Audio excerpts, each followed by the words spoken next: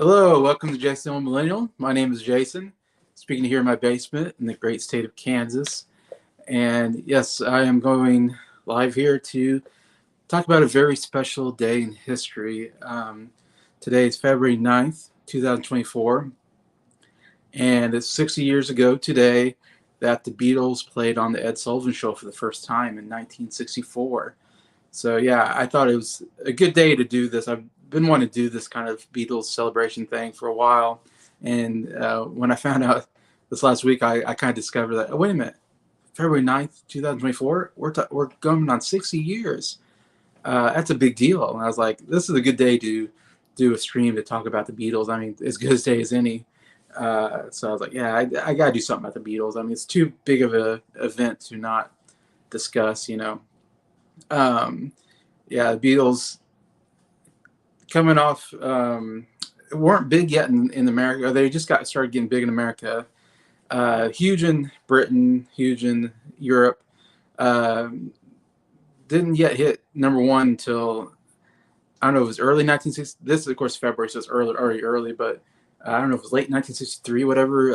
I Want to Hold Your Hand comes to finally kind of catches on in America and comes to the first number one hit in America, followed closely by She Loves You and a bunch of other songs, and then they just caught on fire in America. Which once you catch fire in America, I mean you're basically catch fire all over the world. I mean America is like the number one place you want to be have a big following when it comes to music and movies and all that. Anyways, and so they were got that number one hit with "I Want to Hold Your Hand," and so then that's when they decided to come to America to come on the Ed Sullivan Show, which is the biggest kind of variety show in America, which is taped in New York City. So it was their first trip to America on February 7th. In fact, a couple of days ago was the day that they came, and there's that famous, footage of them coming off the plane, and there's just a bunch of people all around screaming, yelling, and it's funny them saying like, there's almost this risk of like, oh, are we going to make it in America? Is it a risk? What if we come up? What if we show up and no one shows up to, see us come? Or what if we're not, everybody's not going crazy, like in other places when we play? But they found it pretty quickly when they got off that plane. Yes, Beatlemania did hit America. Anyways, and so then, yeah, February 9th, they did, the first show. They played 5 songs on the show. I think it was like All My Loving. I think but they did play She Loves You, and they closed with I Want to Hold Your Hand. They had I Saw Her Standing There, and also Till There Was You was like the first. Anyway, so those are the first 5 songs that they played. Those 5 in 2 different sets on the show, and it was the biggest like moment in music history. I mean, everybody was watching that show. There was back in this day when there wasn't only like 3 channels on TV, you can bet like millions of people in America were watching this show and seeing the Beatles for the first time live, and we're just ecstatic and going crazy. I would say anybody between probably ages like 10 and 16, they're like they were going crazy at this time. I know my dad, I'm pretty sure he watched it. He was probably about 10 years old at this point. I mean, yeah, he was. He was 10 years old, and I'm pretty sure he watched this. My mom would have been like 7 years old, so she was pretty young. So I don't think she probably watched it, but I'm pretty sure my dad said he watched it. And and I even texted him just earlier, and he said, yeah, it changed music history when he saw that. Been playing that Sullivan show. Yeah, it was. I don't know if it still is, but I know for a while there, it was like the biggest show viewing of of a maybe of a show of a musical act or something like that. I mean, it goes down in history as one of the biggest moments in music. The Beatles coming on Ed Sullivan Show, and because it was huge here in America, getting the Beatles for the first time. They were already big for a couple of years. They already made 2 albums in England, and so they were already well known there, coming up there. But this was our first time getting to see the Beatles, and yeah, it went great. The crowd was crazy. The girls were screaming. It's so fun to watch the girls, just them. Oh, oh, oh. They're just like so excited, like they couldn't hold it in. They're just like, I just want to jump up there, just an interesting moment in time. Anyways, they would play 3 shows actually in 3 weeks at the Ed Sullivan Theater. They went down to Miami the second week, I think February 16th or something like that, and played 5 more songs there, some repeats. And yeah, so they went down to Miami, which I just watched the footage actually. I was watching because I have all 4 shows of the Ed Sullivan stuff that they did, and it's funny watching it. And they're in Miami, and you can really see sweat on John. The close-ups, it's like John's really sweating, and Ringo, you can see like sweat coming down Ringo for sure. I remember watching I was just watching it, going, "Wow, I bet it's hot or something." And the Beatles weren't used to warmth because in England it doesn't get that warm like it does in Miami, Florida, and so you tell like they were a little uncomfortable maybe. They then the third week came back to New York and did a third show in New York, and so they got to spend 3 weeks in America. They also played at the in Washington D.C. They played at I forget what it's called, but there's a venue there that they played at as well, where they were on the stage that rotated, and they had to play in front of this one audience, and they had some of the audience behind them, and then they had to rotate the whole stage, I believe, and they had to move everything around and play for the other side anyways. And that was kind of the first, and it was only like a 45-minute concert. I mean, they didn't do big concerts when they toured and all that. And so that was their time in America. And of course, we can say the rest is history. They would go on to be, and still at that time and still today are the biggest rock and roll band of all time. Personally, my favorite band of all time.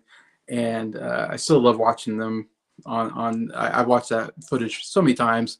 Still love it, still get those feelings of, oh my gosh, like so exciting seeing the Beatles live, back when they're just young, half my age today.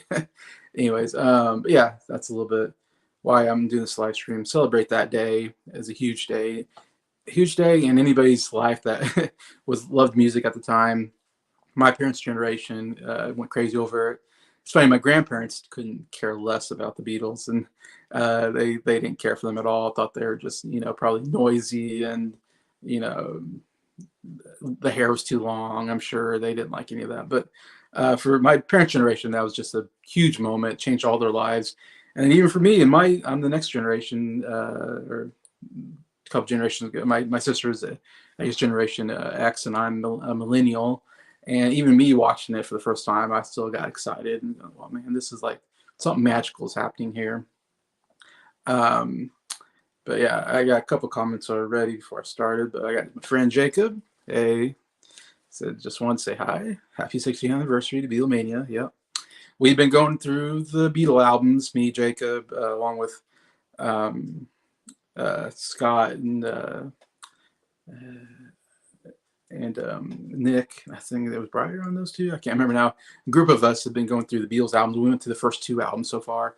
So we're ready to do a Hard Day's Night, like you said. We're going to review Hard Day's Night next, hopefully next week or so.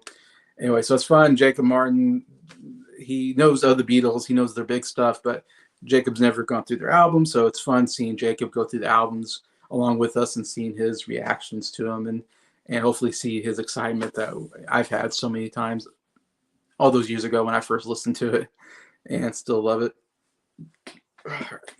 So how many books do you have about the Beatles? Yes, I am going to showcase all my, one of the things I want to do on celebrating Beatles is I was going to showcase everything I have that has to do with the Beatles, basically, including books. I do have a lot of books. How many?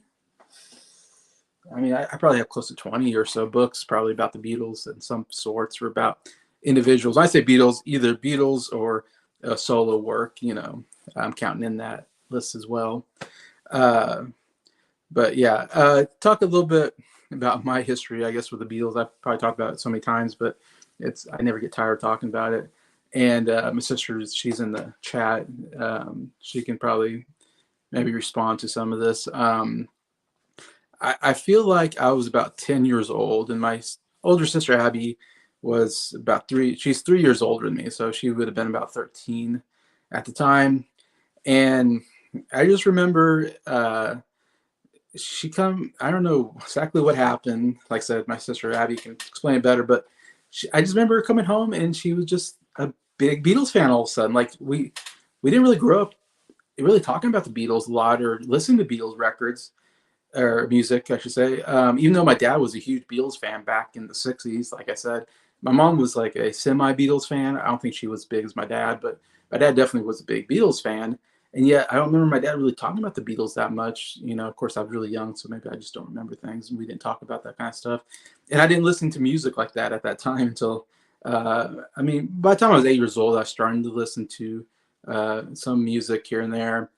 Um, in fact, I was really into me and my sister Abby were really into Garth Brooks at first. Actually, when I was about 8 years old, then 10 years old, I kind of switched to the Beatles. Basically, is my favorite uh, group or person to listen to, and yeah, so we were listening to country music actually. Like I said, me and my sister were listening to Garth Brooks and country music. Funny enough, and then my sister, for some reason, came home and was like, I'm now in the Beatles. She had a friend named Gina, and her and Gina, I don't know, all of a sudden kind of became like these hippies. Like they were like loving the hippie lifestyle kind of thing, you know, and dressing like hippies and stuff. I think, if I remember, I might be saying this wrong, Abby, but I just remember you guys were like into the hippie culture or something, and you guys were only like 13. And yeah, he came home and I don't know, her and Gina just all became big Beatle fans all of a sudden. I remember, and I don't know what we had. Abby must have got some CDs, or I don't know if we had. Well, we had probably didn't have CDs. We probably had cassette tapes, maybe of the Beatles or something. And so she started playing, and it was probably just early Beatles stuff at first. I'm sure is what she had. And of course, my dad was like, "Yeah, I love the Beatles." So when my sister started getting the Beatles, my dad kind of got into the Beatles again. Like, uh, kind of, I feel like it sparked my dad's love for the Beatles at the same time. Um,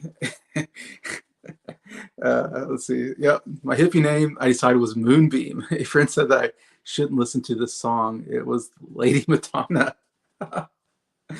So I was right. So my sister kind of came to this like hippie person named Moonbeam. I didn't remember that part, but yeah, her and Gina was just there. Wear the tie dye, I think, and you wear like the thing around your head. Maybe I don't know. Yeah, I just kind of remember that it was like a thing you're into. And okay, so Lady Madonna kind of got you into it. Maybe that's interesting. The rest is history. Yes. And I got Nick here. Hey, yeah, we've been listening to Nick's been listening to Paul McCartney albums, which is great. I love Paul McCartney's solo work. Definitely something I'll get into here on the video. Um, yeah, so my sister was the one who got me into the Beatles. I really have to thank Abby so much for getting me into the Beatles. I've been, obsessed with the Beatles since I was like 10 years old, which is 30 years ago. I'm 40 now, so it's crazy. That's a long time ago that I first remember kind of. And I don't remember distinctly what did I hear from the Beatles that really got me into it. I don't know. I imagine it was something I said very early, like "She Loves You," "I Want to Hold Your Hand," "Love Me Do." I feel like it was one of those songs I must have heard from Abby that, and and I was like, and it's one of those things where Abby was my older sister, so whatever she was into, I was like into because I looked up to her as an older sister, and so if she was into, it didn't matter. I mean, like I said, she was in Garth Brooks, I was in the Garth Brooks, then she got in the Beatles, I got in the Beatles, and then at some point I just kind of became my own person and just decided what I wanted, to listen to and watch. But at that time, I was doing kind of whatever Abby did, and yeah, so so that's how I kind of got into the Beatles because my sister got into them, and again, I don't know what we have. We must have some. My dad bought some cassette tapes or something like that because this is early '90s. I'm talking 1993. This is probably about time I was getting into the Beatles, and uh, a couple of huge things I think feel like happened with me at that time. Um, One, we always went to Branson, Missouri for vacation. That was like our annual vacation in the summer. We go to Branson, Missouri, which is like 6 hours away from us, and they had a lot of shows there, and they had a theme park, Silver City. Which Silver City was always my favorite theme park. I loved going there, and we always went to a show, and usually we went to this one show called the Shoji Tabuchi Show, which he was a Japanese guy who played the violin, really good violin player, and it was a fun show. But I remember around that time, around '94 or so, um, we went there, and there was a Beatles tribute show called 1964 Tribute was the name of this Beatles tribute band. And so we were going to go see this band that plays Beatles songs. And I distinctly remember just, man, I thought that was like the greatest concert of all time. Like, and it was the first concert I ever went to. In fact, I never went to a concert before like that, except for like Shoji Tabuchi. And so I remember seeing it, and I was into the Beatles, and see them come out, and they dressed like the Beatles, they looked like the Beatles, they sounded like the Beatles, and man, I just remember being so mesmerized by that concert. To this day, I still can't forget that concert and that feeling of seeing these guys look like the Beatles, play like the Beatles, and going, wow, that was such an amazing concert. And it really made me just love the Beatles even more. To go, wow, I felt like I saw the Beatles, in some sense. I remember that being a big deal. I remember in 1994, I think it was. It was 94. I want to say they came out with this 94, 95. They came out with this thing called the Beatles Anthology documentary, which was a documentary that happened over 3 nights, like 2 hours a night. Anyways, and I got the DVD set, which is like 10 hours long, extended edition kind of, and I remember watching that, and that was really where I learned about the Beatles, because I didn't know the history of the Beatles. I just knew some of their music. I was just very early into my Beatle, mania. And I remember watching that and just loving it. I love that documentary so much. I'm watching it right now. If you look at my TV right now, I'm watching the documentary right now, because I'm really into today's like my Beatle day. I gotta watch Beatles stuff today, and anyways, now I watch that documentary at least once a year, for the last 20 years or so, whenever I bought the DVDs. But even then, I watched it every year. I watched it multiple times a year, because we taped them on VHS tapes at the time. And so we put in blank VHS tapes and taped the show. So I had the Beatles Anthology on 3 or maybe 3 VHS tapes, and I used to play that constantly. I was constantly watching this Beatles Anthology documentary, learning all I could about the Beatles. And I really definitely started my obsession with learning about the Beatles and their history, and wanting to read about them and watch documentaries about them, besides listening to their music and, all that. That really sparked my fandom even more, I would say. Another thing I thought was really kind of where I really got into Beatles was my dad's older brother, Mark, our Uncle Mark. He was also a big Beatles fan. And he got my sister, he taped on cassette tapes. I don't know how he did this. I guess he must have had all the albums on cassettes or something like that. And maybe if my sister remembers this, he put every single album on a cassette tape, like somehow taped it, and wrote, what album it was on the cassette. And so he did all, I don't know if he did all 12 or 13 albums, whatever. And he put them on cassettes, and he gave it to my sister, like for her birthday or something. And I used to listen to those constantly. And because I didn't know, I didn't know albums at all. Like I didn't know the order of the albums. I didn't know the early stuff from the later stuff. All I knew is I had these cassette tapes with their albums on them, and I poured over those cassette tapes like crazy, and learned all about it. I still didn't know the albums that well. Like I couldn't tell you what song came up with the album. I just remember just going through that catalog and just listening to everything I could about the Beatles, and just hearing everything and going, holy cow. And my sister says, I'm outing him for infringement. Yes, that happened, almost 30 years ago. So they go after my uncle if they want to, but I don't know. Yeah, it was like burning CDs at the time, but we didn't have CDs, we had cassette tapes, so we burned them on cassette tapes or something. Yeah, and that's when I really kind of got in. Yeah, I really kind of learned about all the Beatles albums and all the music, and just pouring over that was just a blast for me. Let's see, I got a bunch of comments here. Let's see, from Nick. My dad got me into the Beatles when I was a kid. The song that made me want to really listen to them was Let It Be. So later Beatle hit, off the last album. My 2 brother passed away when I was in 6th grade. Oh my gosh, yeah, that's terrible. Yeah, Let It Be is definitely a great song to get over hardship and so forth. I can see that for sure. That's what's so great about that song. I started listening to all their albums in 9th grade and was a fan ever since. Okay. So yeah, so you got them in your teenage years when you got really into them. My first concert was Ringo. Me and my dad had, yeah, I saw Ringo in concert. That was really, really fun. And here I got my dad, who I've been talking about, who, yeah, he was 10 years old when they were on Ed Sullivan show, and still listening to them 60 years later, because my dad's 70 now. So yeah, he was 10 years old 60 years ago. And yeah, he can test how big that was and how that changed everybody's life that was into music at that time, you know. And yeah, so yeah, and yeah, I don't know what to say except my life was changed when I got into the Beatles. Like I still to this day obsess over them, listen to their music, watch the documentaries, read books about them, learn everything I can about the Beatles to this day, and just a life obsession I've had. You know, uh, just love everything about them. I don't know, it's just one of those things. Nobody's quite hit me as hard as the Beatles as far as music goes, and I don't think anything ever will. You know, and that's why they're considered by many to be the greatest band of all time, me included, and why they're incredibly popular. Yeah, see my dad. See, we rushed home from church so I could watch that Sullivan show, which I would think your grandpa and grandma weren't into the Beatles, Dad. So I'm kind of surprised they let you watch it, but you probably begged them, like you wouldn't shut up probably unless you watched them. So I can see that happening. Um, but yeah, so that's a little bit of why I got into the Beatles.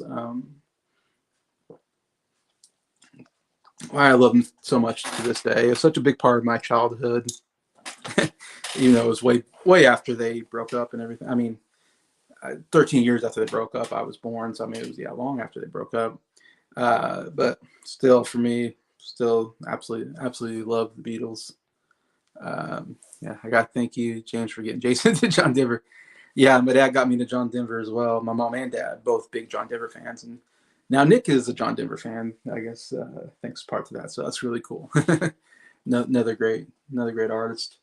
Okay, so I wanted to showcase what I have of the Beatles, kind of for fun, kind of explain what I got, just to showcase more what I love about the Beatles. First, I'm going to talk about some kind of obscure items that I've got that deal with the Beatles. Um, First thing to show is this tie. I got a Beatles tie. Has all four Beatles and their signatures on there.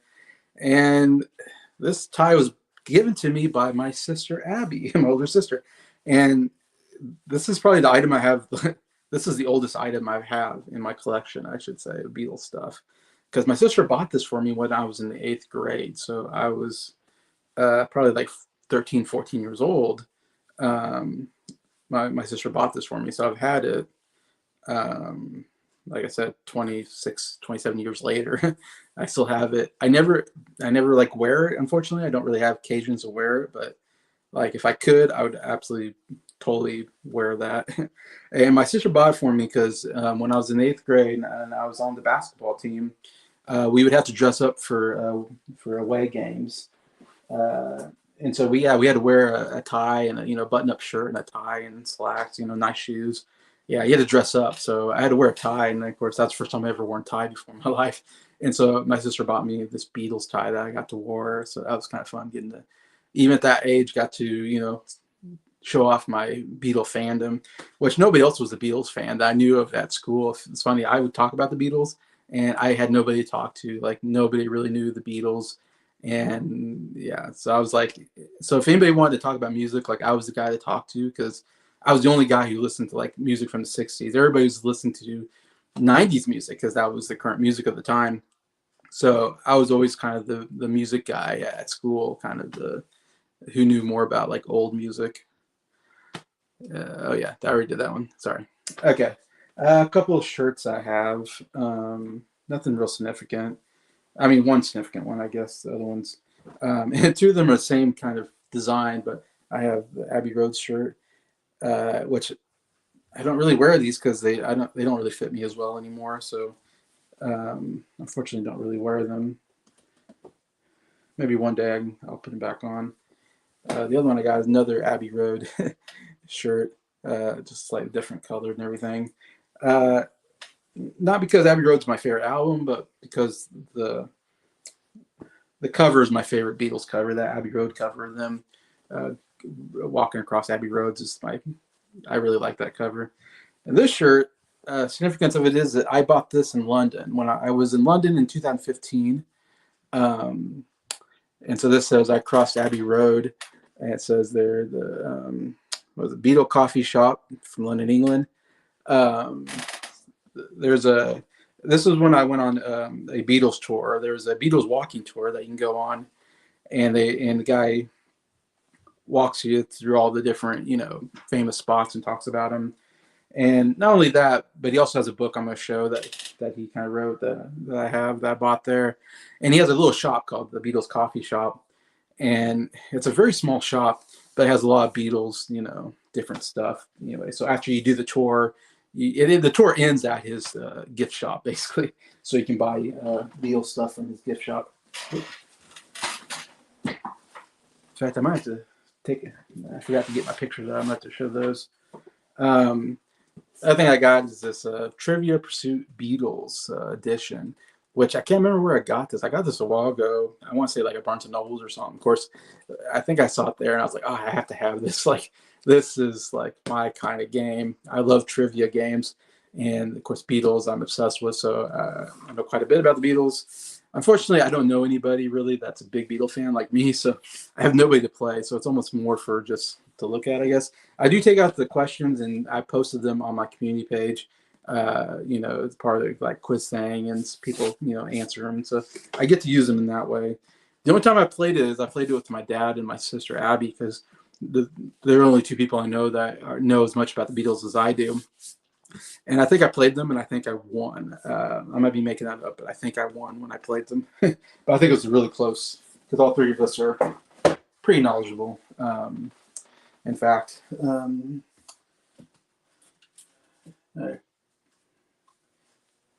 got a couple guitar straps. I got this one kind of from with the Beatles kind of on it. That's a very famous photo. I also have a revolver one, because I love the revolver design as well. I think it's a really cool design. So I have that. I use that quite a bit for guitar. Then my good friend Adam from What the Gym, he bought me a couple things from Liverpool, which is really cool. One is this keychain he bought. It's City of Liverpool, Penny Lane. So that came from, I guess, Liverpool. That my friend Adam bought me. Really appreciate it. He also bought me, because Adam's been to Liverpool like 3 times, because he's from England, of course, so he gets to go over there anytime he wants to. Lucky him. It takes me a little bit longer to get to Liverpool, which I've never been. I'd love to go to Liverpool. I've just been to London. He also bought me these guitar picks from the Cavern Club. So I got Liverpool Cavern Club pictures of the Beatles there. So very cool. Really, really, really appreciate that. Yes, the Beatles, Scott. Scott, who's also a huge Beatles fan as well. So that's very cool. I forgot I should take that. I got some photos. Give me a second.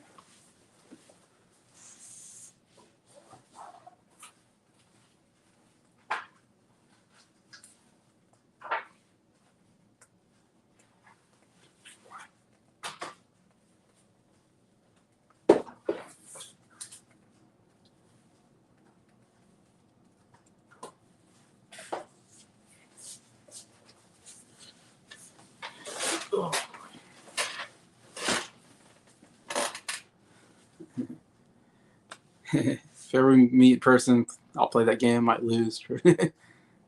Yes, me, you, Scott, Briar, Adam, we'd all be a good game of Beatles Trivia Pursuit for sure. Yeah, I just showcased when I was in London, England. Like I said, I was on this tour. There's me from Abbey Roads there.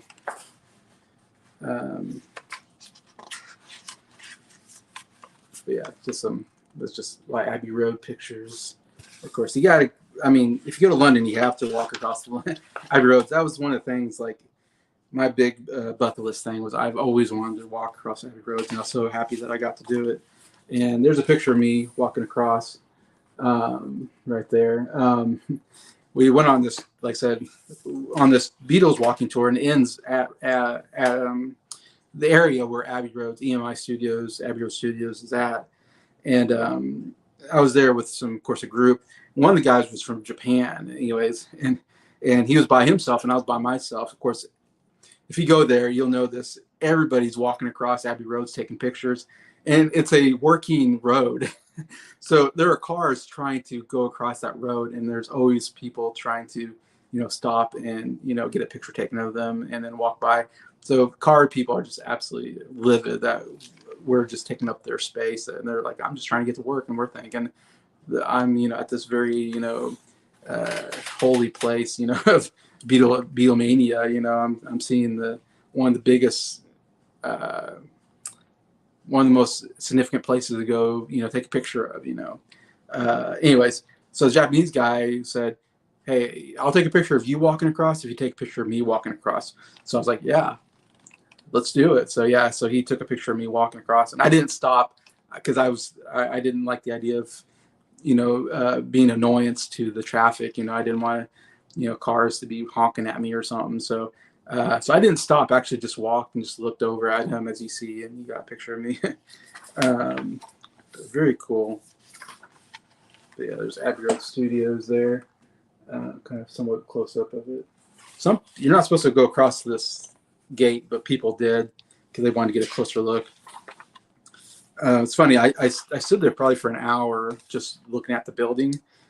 My idea was that I was hoping that like Paul McCartney would like show up and be like, "Oh, I'm going to play something at the Abbey Road Studio," just for fun or something, or just latest record or something. And I was thought, oh, that'd be so awesome if I saw Paul McCartney or Ringo like walk over like they're doing something. I don't know. It never happened. And then after an hour, I was like, I guess I should go. But a lot of cool things. There's the rooftop where they played Let It Be, when they're making the Let It Be album. They did the rooftop concert there, so I got pictures of that. This is the London Palladium, where they played at the Sunny Night, London Palladium Sunny Night show. It was a big concert venue, and this was in 1963 when the crowds were going crazy. Beatlemania just started, and a journalist was there, and he saw the Beatles, and the crowd was going crazy. Girls were screaming, and he wrote, like an article called Beatlemania, and that's where Beatlemania gets its name. It's from this guy writing an article from seeing them there. But anyways, yeah, so that's the significant stuff there. But yeah, real excited. I got to see all that there in London, up close. All right, let's talk about some DVDs that I have maybe next. At first, I got to showcase this because this is the reason why I'm doing the video. Is this DVD I bought probably 20 years ago or so? You can probably find it at Amazon. I think I bought Amazon or something back in the day. But it's all four Ed Sullivan shows that feature the Beatles. It's the full show, so it's interesting. I just watched all four kind of right now. I just watched the Beatles. I didn't watch the full shows, but yeah, it's a full show. So to be honest, none of the other stuff is that interesting. There's other musical acts and like a lot of comedy acts, and also a lot of like acrobatic stuff and juggling, that kind of stuff. So a lot of it not that interesting. A lot of dancing. I mean, it's really only get this to watch the Beatles, and that's all you need. But like I said, as the first three shows, which they did in 3 weeks, and then they did one more show in 1965 to promote the movie Help.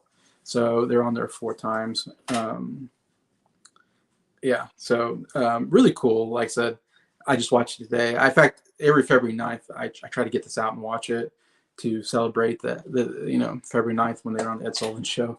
Anyway, it's still pretty cool to watch and get to see, So I definitely recommend it if you're a Beatles fan. Like, it's a good thing to have because it's a big part of Beatles history.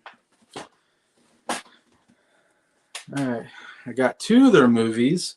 There's A Hard Day's Night, which again I bought this some time ago. I got the DVD here. It's Miramax Collector's Edition, which I kind of really like. I think it's a really cool DVD. So I'm glad I got my connection. I love this thing. This cover has the 4 Beatles there, and then you take it out like that. And I think that's kind of cool. And then you open it up, and it's got the Beatles there on Hard Day's Night when they play at the concert at the very end. Try not to get the glare there. And there's the grandfather coming out at the end of the movie. Um, yeah, I love how this folds out, and you got more Beatle pictures. You got two. One says Hard Days, and then the other one says Day's Night. Um, really cool DVD set. You got the movie there, and then you got a whole special features, and there's a lot of cool special features on here.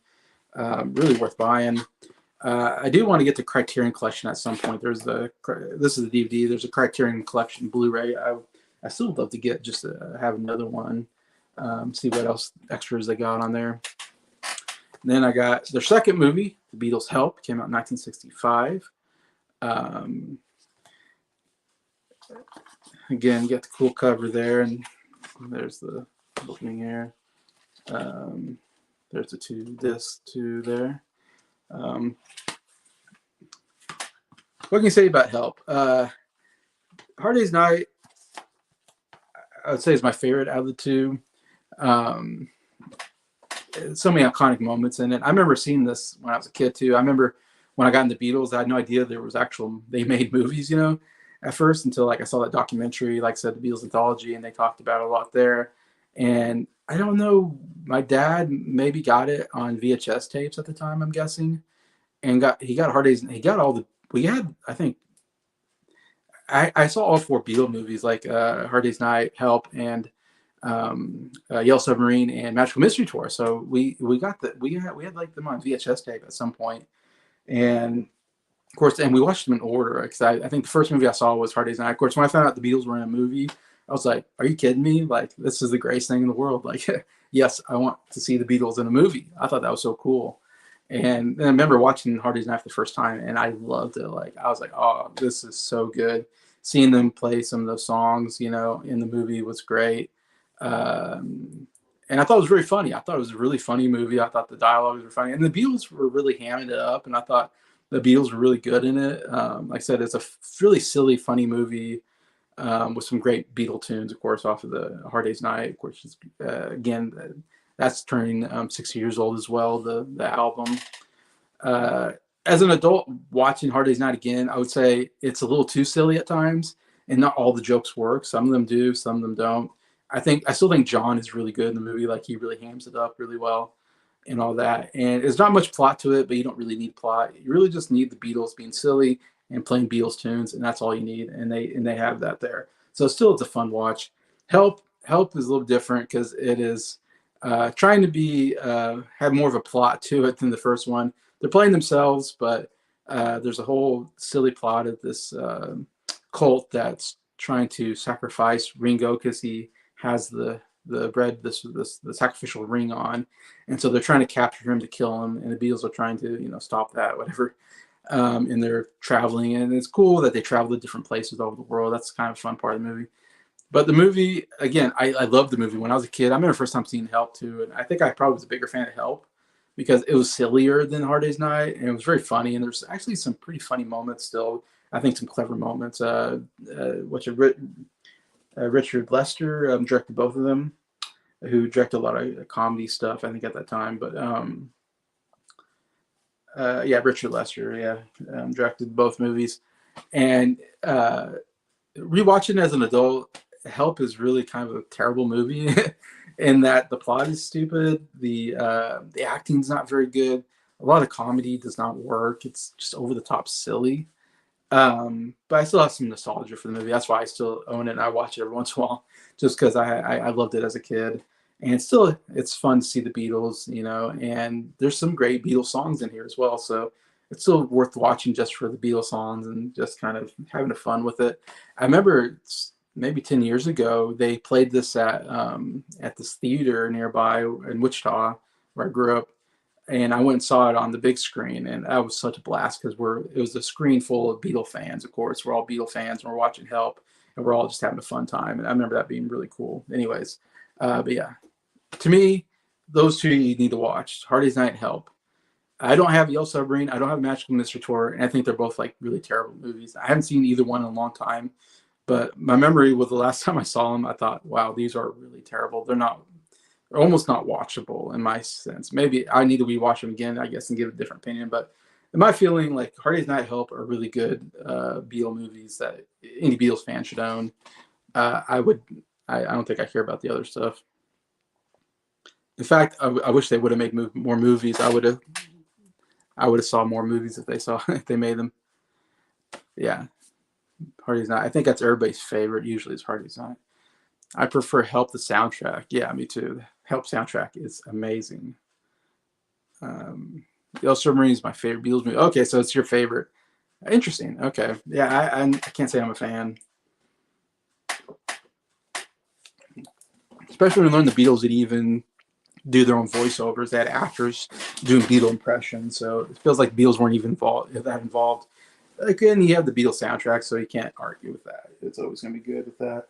Anyways, then I got some documentaries to show. One, Imagine, about John Lennon. This is a documentary made, I think, in maybe the 80s or so, maybe 90s. Of course, it's kind of a documentary about John Lennon after the Beatles and during the 70s. And of course, it's called Imagine, of course, off of his famous album. So it has a lot about that. It's been a while since I watched a documentary, so I can't remember everything in there, but there's a lot of cool, moments of, candid interviews with him or him, at home or, and all that stuff. So you see a lot of behind the scenes stuff of John and how he lived his life with Yoko and their son Sean and all of that anyways. But yeah, a lot of like never before released type stuff. And there's some performances in there. And there's some cool special features on here as well. So definitely worth trying it. If you haven't seen it, definitely worth checking out. Is this documentary on John? There's the blue meanies. Yeah. Yeah, Scott. I know you didn't like it either. Yeah, I'm not quite into it. I remember watching Neil Silverman as a kid. Yeah, if you watch it as a kid, I think you're probably more into that movie. It definitely garnered towards kids better than adults. Another good documentary I think I recommend is Living in the Material World by Martin Scorsese. Made this documentary about George Harrison. Man, let's see when this came out. 2011, so 12 years ago or so. This they made this documentary. In fact, there's 2 discs on here as well. But yeah, you do learn a lot about. I mean, it's definitely you learn obviously about their Beatle days, but of course it concentrates on his solo period and of course the whole thing with Patty Boyd is very interesting. Him, Patty Boyd and Eric Clapton. You get a lot of great interviews. I mean, I think Eric Clapton's on here. His sisters are on. He has some sisters I think that are on here in interviews. Paul McCartney and Ringo are on here. George Martin. And different people like Phil Spector, Tom Petty, Yoko Ono, Eric Idle, some people that knew him really well. So you get a lot of great interviews on here, and I learned quite a bit, and it covers his whole career basically in his life and all the way to when he dies. So definitely watch that if you're a George fan. So you saw it 20 years old, not when you were a kid, huh? My favorite Beatles movie is the Get Back series. Yeah, the new documentary. Yeah, of course, definitely. I don't have that on any physical media. I just watch that on Disney Plus because it's a documentary about the band. Yeah, it's a documentary. Yeah, kind of a really long documentary. Talking about long documentaries at Showcase, that's probably my favorite thing I have of the Beatles, to be honest, is the anthology series. There's kind of a cool image there on the back of the Beatles. Like I said, I think this was 1994, maybe. This came out on TV. Anyways, and like I said, it's interesting when it came out on TV. It was like 3 nights, 2 hours each. I was there all 3 nights. We watched it as a family. It was a great family viewing to go. Oh my gosh, like seeing all that footage of the Beatles. This is to me the best documentary ever made. It's a documentary I watch over and over again. Never get tired of watching this. Like I said, I'm watching it right now. Actually, I'm watching the first disc at the moment. But well, I guess it's all backwards. That's why it didn't make sense.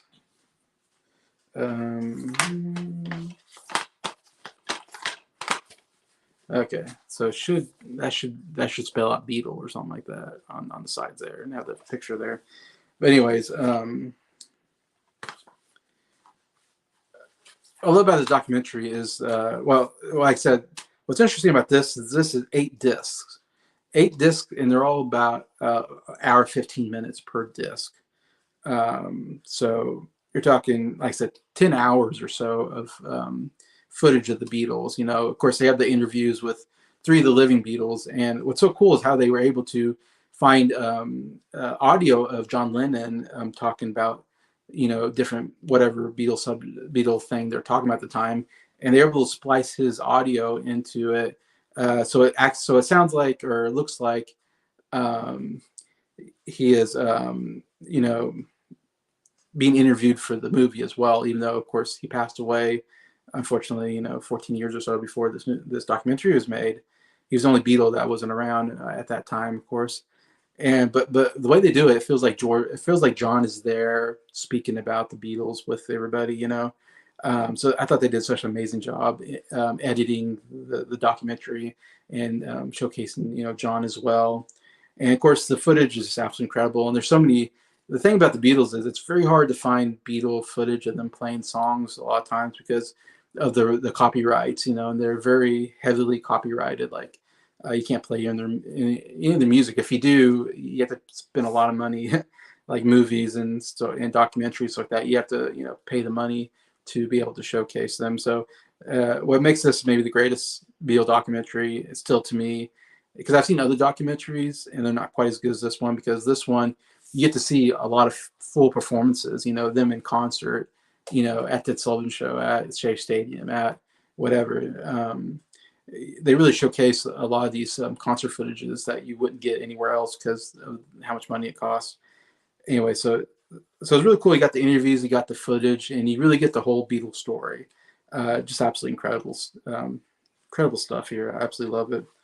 And interesting enough, I think is important is now I forgot his name. Mark Lewison had a big part in this, which he's probably the most famous, probably the biggest Beatle writer right now. He's writing books that are considered the greatest books written about the Beatles, anyways. And I know he had like a big part in making this.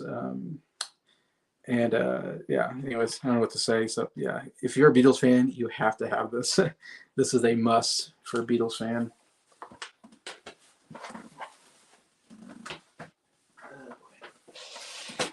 As the DVDs that I have. Let's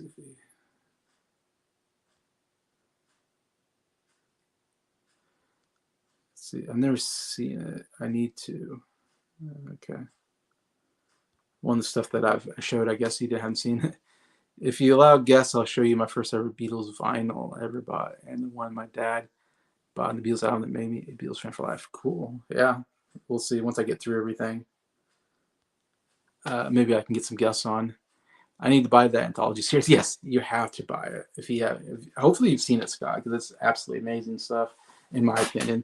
Some people criticize it because it's a Beatles. The whole idea behind the Beatles, of course they came out with the 3 anthology CDs, which I don't have, and I've listened to. It's kind of cool. You get a lot of extra stuff in those. My sister had those. I used to listen to them because my sister had the anthology CDs. They also have a book that I've read once. I think I checked out a library, and I want to buy that book too, but it's kind of cool. But the whole idea behind the Beatles anthology is that it's in the Beatles' words. It's like you're learning about Beatles history through the Beatles. I mean, and through other people that are around the Beatles, but you're seeing the Beatles in their own words talk about their own history and like telling you like what they remember. And the criticism is, of course, that maybe the Beatles got it wrong. Like there's sometimes they say, "Oh, this is what happened," and of course they're telling you from their memory. And sometimes your memory from a long time ago, you might forget certain details or you might remember it wrong. So there's a lot of criticisms of that. Like we can't really trust the Beatles' own words, like they might have remembered it wrong. So a lot of historians think you need to really read, an historian who writes about the Beatles, because then he fact checks everything and he researches everything, make sure that everything is said is correct. Anyway, so that kind of gets somewhat criticized. It gets criticized because it's too nice about the Beatles, because it's the Beatles talking about themselves. So of course it's very biased towards them. And people feel like it doesn't talk about the negative parts of the Beatles as much, as if you made it, someone else made the documentary. If you read a book about them, it might concentrate on maybe some of the more negative stuff about the Beatles, anyways. And so this documentary kind of tries to somewhat stay away from some of the more negative aspects at that time. But like I said, for me personally, it's like the best documentary that showcases the Beatles and has footage and everything.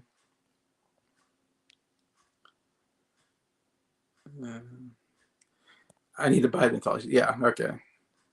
So you hadn't seen that? Okay. Oh man, Scott, you have to see it. It's so good.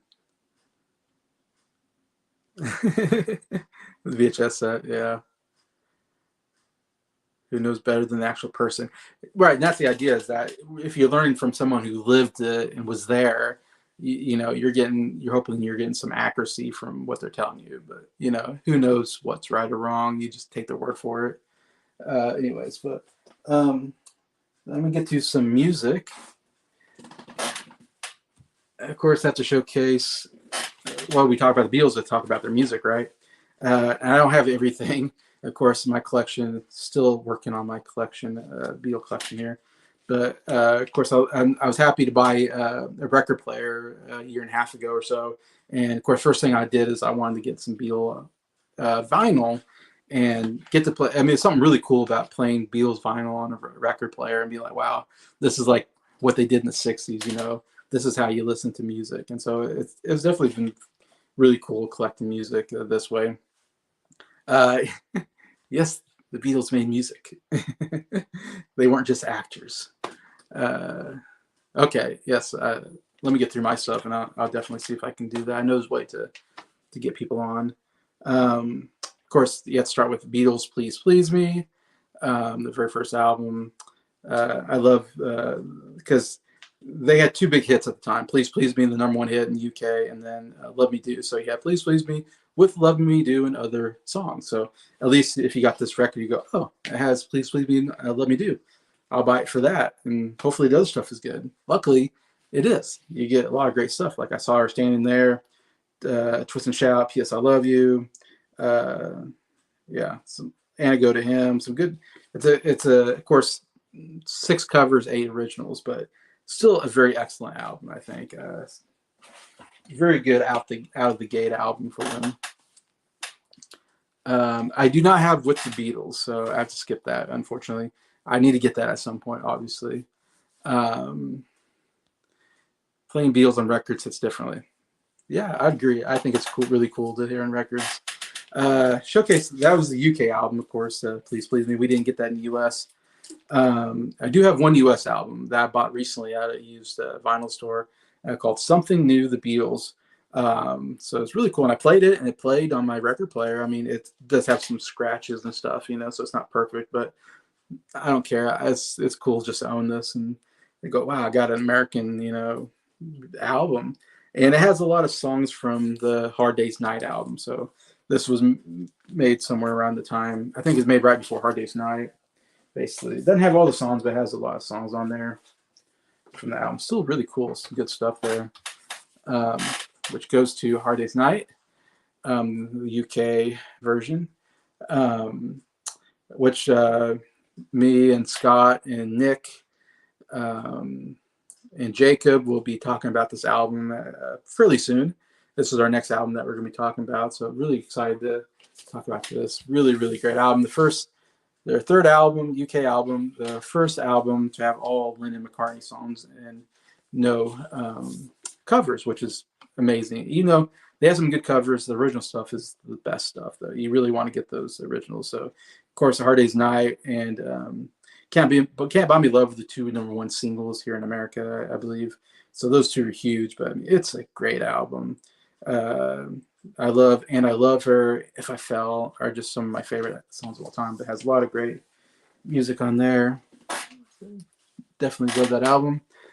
Then I don't have Beatles for Sale, so that's another album I need to get. That also came out in '64.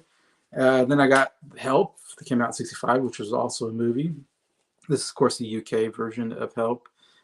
Great cover there with the Beatles from the movie. This is one of my favorite albums of all time. I absolutely love it. Obviously, you got Yesterday is a huge song off here, my favorite song of all time. And I believe it was the #1 hit here in America. You also have Help, which I think was the #1 hit as well, I want to say. And then you got Ticket to Ride, which might have been, I want to say that was the #1 hit as well here, maybe in America. Those are definitely the three big ones, I would say, off the album. Though I do love, uh, let's see, You've Got to Hide Your Love Away. Love that song, one of my favorite of all time. And then Another Girl is really, really good on here. I've Just Seen a Face. There's like I would say there's no bad songs. Of course, I don't like that it ends with Dizzy Miss Lizzy. I wish it didn't have that cover at the end. It does have to act naturally. It has two covers on here, and then the rest are, I guess, so 12 originals, 2 covers. But Dizzy Miss Lizzy, it's not terrible. Just wish it wasn't on there. Then we get to their second album, 1965, Rubber Soul, another UK release here. We got a US release, but I have the UK release here. One of my favorite albums of all time. I love this period of the Beatles. They're changing a little bit to, I call this almost like a folk rock era and into psychedelic era with like Help in this album. I feel like they're getting kind of more of the folk rock. Definitely were inspired by, I think, Bob Dylan. Also inspired by smoking marijuana, I would say, was definitely a big deal at the time. But man, this is all original songs. I would say Norwegian Wood and Nowhere Man are maybe the 2 biggest songs off here. I mean, they were played all the time on the radio. Love both of those songs. Michelle, it's actually, I'm not a big fan of Michelle, but it did win the Grammy for Song of the Year, so that was a huge song for them. I think the song that is my favorite song and everybody's favorite song is In My Life. I think it's one of the greatest songs of all time. Really great on here. I also like Drive My Car. I think it's a great opener. Really good rock opener for them.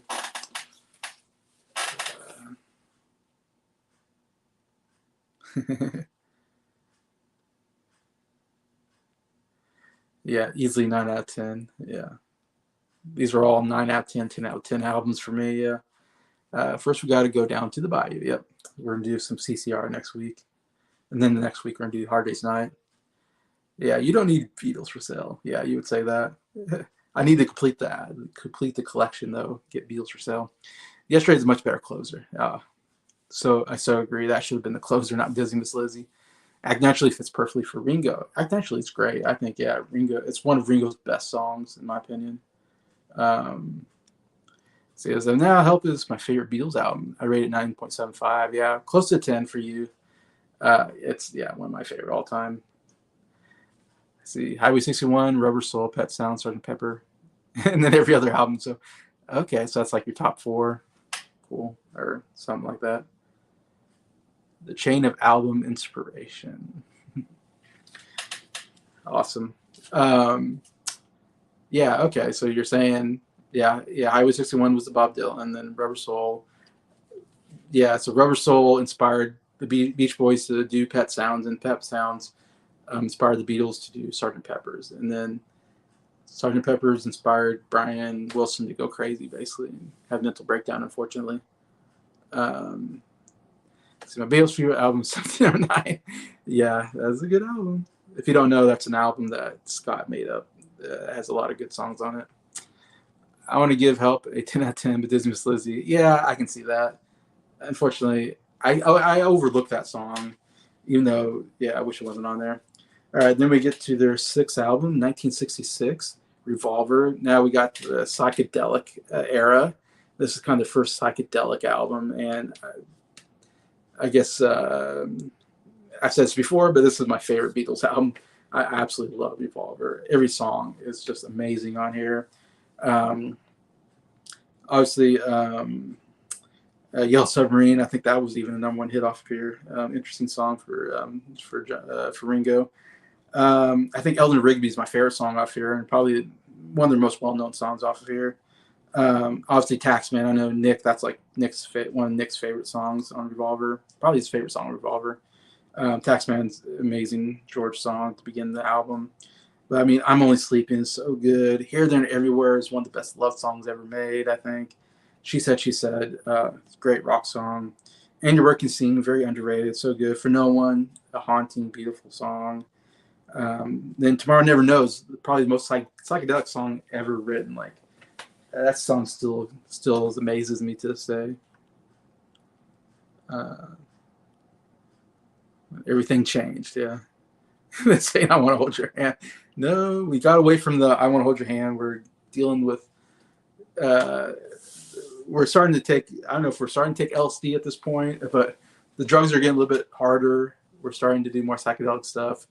We're getting the hippie movement around this time. I mean, more maybe when we get to Sergeant Pepper's, but yeah, definitely more experimentations, more harder rock too. The guitars are just heavier, kind of sound to them and all that. Um, Disney Miss Lizzie is a great song, but Yesterday is the definite album. Yeah, definitely. My favorites off the album is easily Taxman. Yeah, I was gonna say I know that's your favorite there. At the moment, it's my all-time favorite Beatles song. Yeah, I thought you loved that song. It's a great song, great rock song, great guitar on there. Because of how true it is today. Yeah, every tax season, I think about this song. How much you hate the tax man. Um, I totally agree. I love Got to Get You Into My Life. Another good song. Maybe Nick would like it better if he knew it was Paul trying to trick people. I think he's writing a good song. Yeah. Yeah, Nick's not as a fan of those type of songs. When he's writing a love letter to smoking pot. Yeah. There's a lot of songs that you find out later that was about pot. Like Day Tripper, all of that stuff. I don't have Sergeant Pepper's. I know that's a huge album. I don't have. I need to get the album. It seems like every time I see the album, it seems like it's like worth a lot of money, or it's very expensive when I see that album. So I haven't pulled the trigger on that. Um, and I don't have the White Album. Again, that album's very expensive because it's a double album.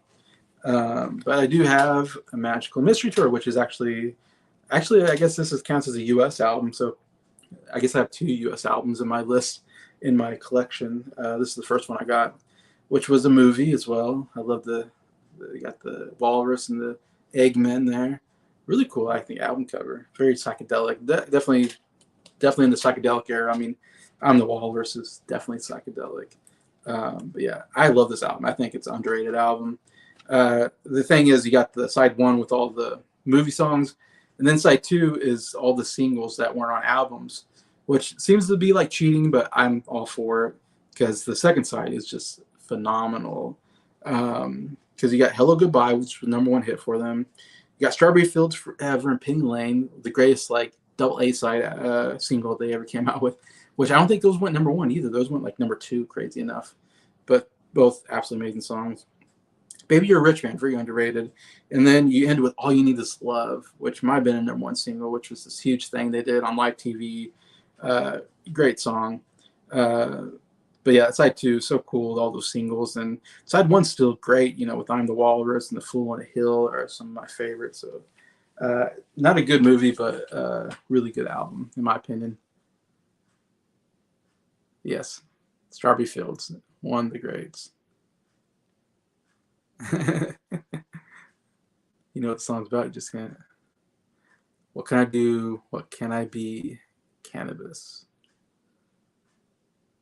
Yes, they loved doing drugs at this time. That is for sure. There's definitely their drug period. Um, Penny Lane's my favorite song off of that album. Uh, yeah, that's probably my favorite. I love both Penny Lane and Strawberry Fields are two of my favorites on there. If that's cheating, call me Tom Brady.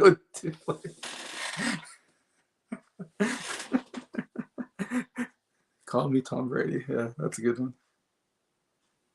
Penny Lane is my second favorite off of it. Can't listen to one without. I know it's yeah. They both kind of they're just fit so well together because they're about different places in Liverpool area. Then we got I guess this would be their 11th UK album. Uh, Came out, yeah, it came out second to last, though they actually made it last. But yeah, there's that famous photo. I love that photo of the four Beatles walking across Abbey Roads, which I showed you me walking across it, which is really cool. But uh, obviously, iconic album, kind of almost like a good swan song, even though Let It Be came after this. This is kind of their swan song in a sense. Um, uh, yeah, I mean, Come Together, one of my favorite rock, probably my favorite Beatles rock song. Starts off the album. Something is the top 5 favorite Beatles song of all time. One of the greatest love songs. Of course, George Harrison wrote. My favorite George Harrison song, in fact. Then side 2, Here Comes the Sun, another favorite, another top 10 song. Another great George Harrison. And then you got the whole medley at the end, ending with the end. Even though this is the end, though, there's the what's it called? There's that last song that's on there, which is weird, doesn't really belong, but still, obviously, a really great album.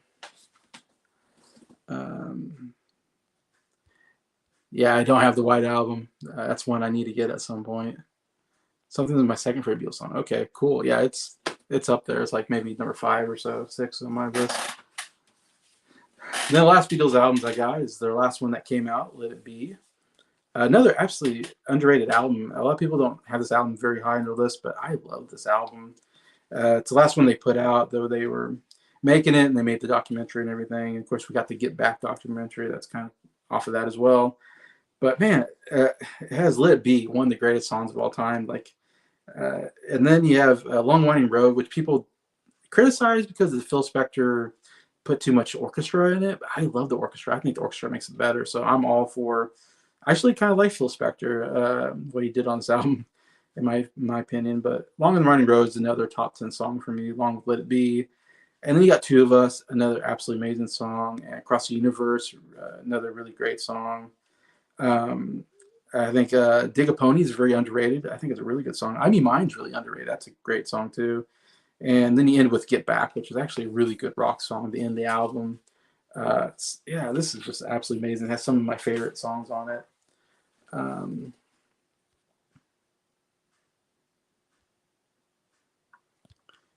Let's see here. I can see why Abbey Road is Scott's favorite album. Lots of great songs on it. Yeah. Never stood the hate for this album. I'm guessing talking about Let Be. Me either. People don't like that as much. There's a couple duds on there, but there's so many good stuff. Okay, so you can get I Road 9.752, almost a 10. See, I think you agree with me, Scott. Yeah, I like the Phil Spector stuff. A lot of people hate it, and that's why they don't like the album.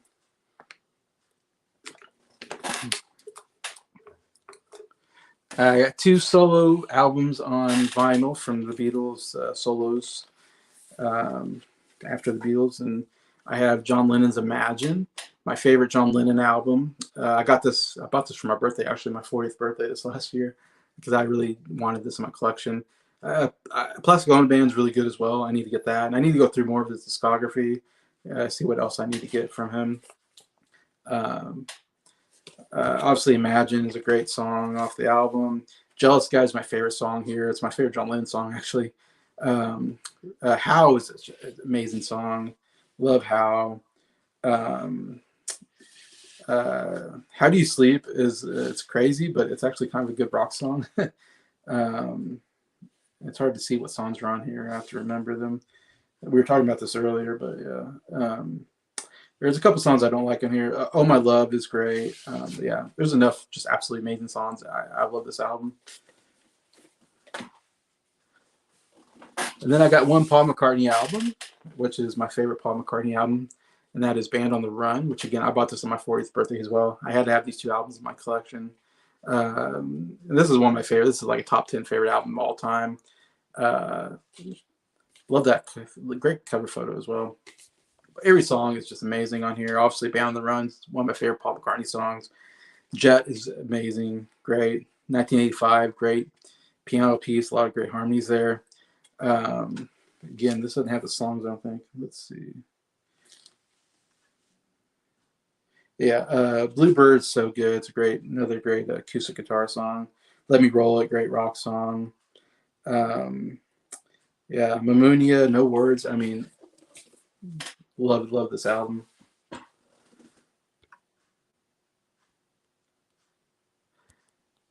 Maggie May is the only dud in less than a minute long. Yeah, Maggie May, and then there's another one on there I don't care for. Let's see. One After 9-9 I don't care for. Dig It. Dig It and Maggie May are just like weird songs on there. Luckily they're short. Let It Be is a pretty good album. I don't like it. Dig a Pony. See, I really like that song. I think it's underrated, but I can get you there. And One After 9-9, yeah, is not very good. It's a early Beatles song that they put on there for some reason.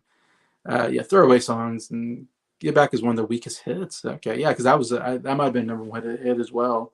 I think Let It Be might have been number one hit, and Long Run Road I think was number one hit in the United States, and Get Back might have been number one hit. So those were pretty big here.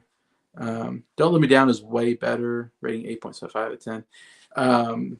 Yeah, if they took off like the one after 909, Maggie May, and Dig It, they took those three songs off there, put Don't Let Me Down on there. That's a 10 out of 10 album. That's one of the greatest albums of all time. I would agree with that. I got the Plastic Ono Band recently. Okay, cool. That's one I need to get. They should have put Don't Let Me Down on. My favorite version is the first rooftop version. Yeah. Yeah. Yeah. I love Don't Let Me Down. That's one of my favorites. It's not Band on the Run without Hell and Wheels. Yeah. Yeah. That one doesn't have Hell and Wheels on it. Roller Stoney, when you can imitate anyone you know. It's a lyric from one of the songs. See, uh, I know I've heard that lyric before. Band on the Run is a masterpiece of an album. Yes, totally agree. The only song that isn't on par with the album is Picasso. Yeah, that's probably the weakest song, but I still like the song. Still a fun song. Yeah, still enjoy it. All right, so those are my records. I got my CDs, which my CDs are all Paul McCartney. He's the only person I got on CD at the moment. I'm building my CD collection. Actually, this just came in the mail today. So I just bought this, and this is the first McCartney album. McCartney, just called McCartney. Came out in '70, right after Beatles broke up, basically.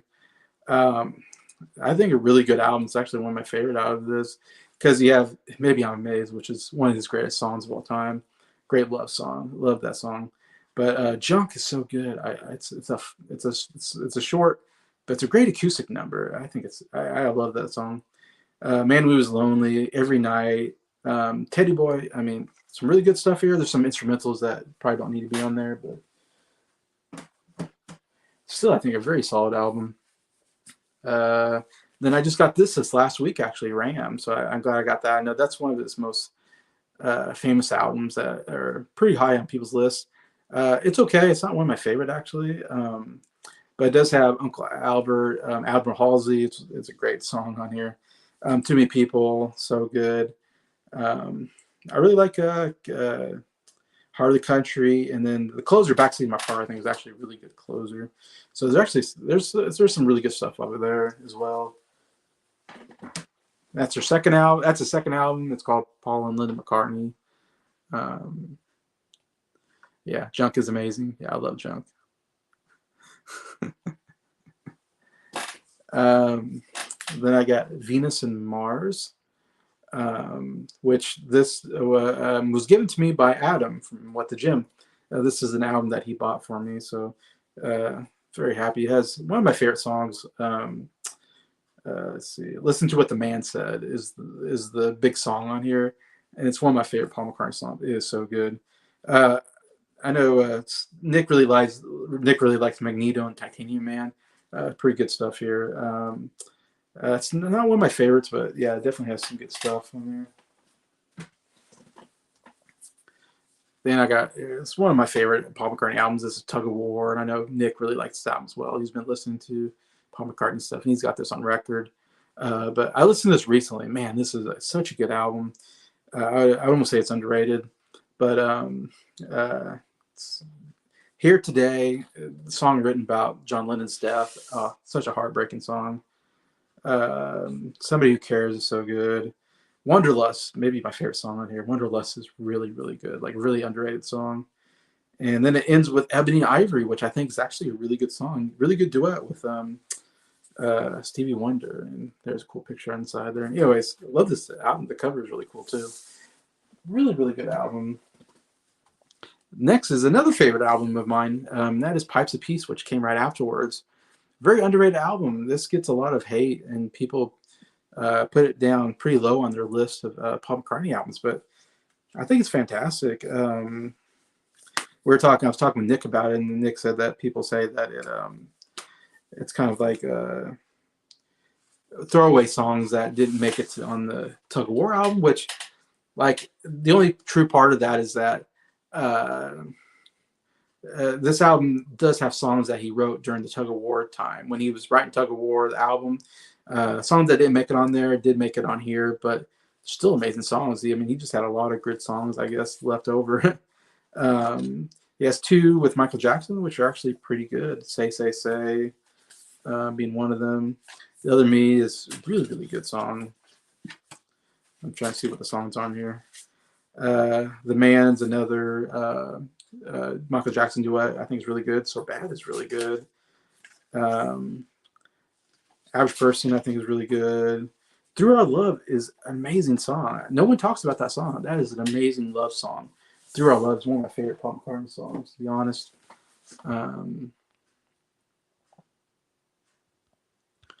See, Carney's a great album. My biggest problem with it is Valentine's Day is mediocre. Yeah. Sing Along Junk, yeah, it's filler. Yeah, I agree about that. There's some duds on there. Tug of War is amazing. I think it deserves such as much praise as Band on the Run. Yeah, it's up there for me as well. McCartney is the first artist I'm going through after I'm done listening to probably this year. Okay, great. I know you're a fan of McCartney as well, Scott, I'm sure. McCartney's so bad. Michael Jackson, bad. Yep. Good play on words there.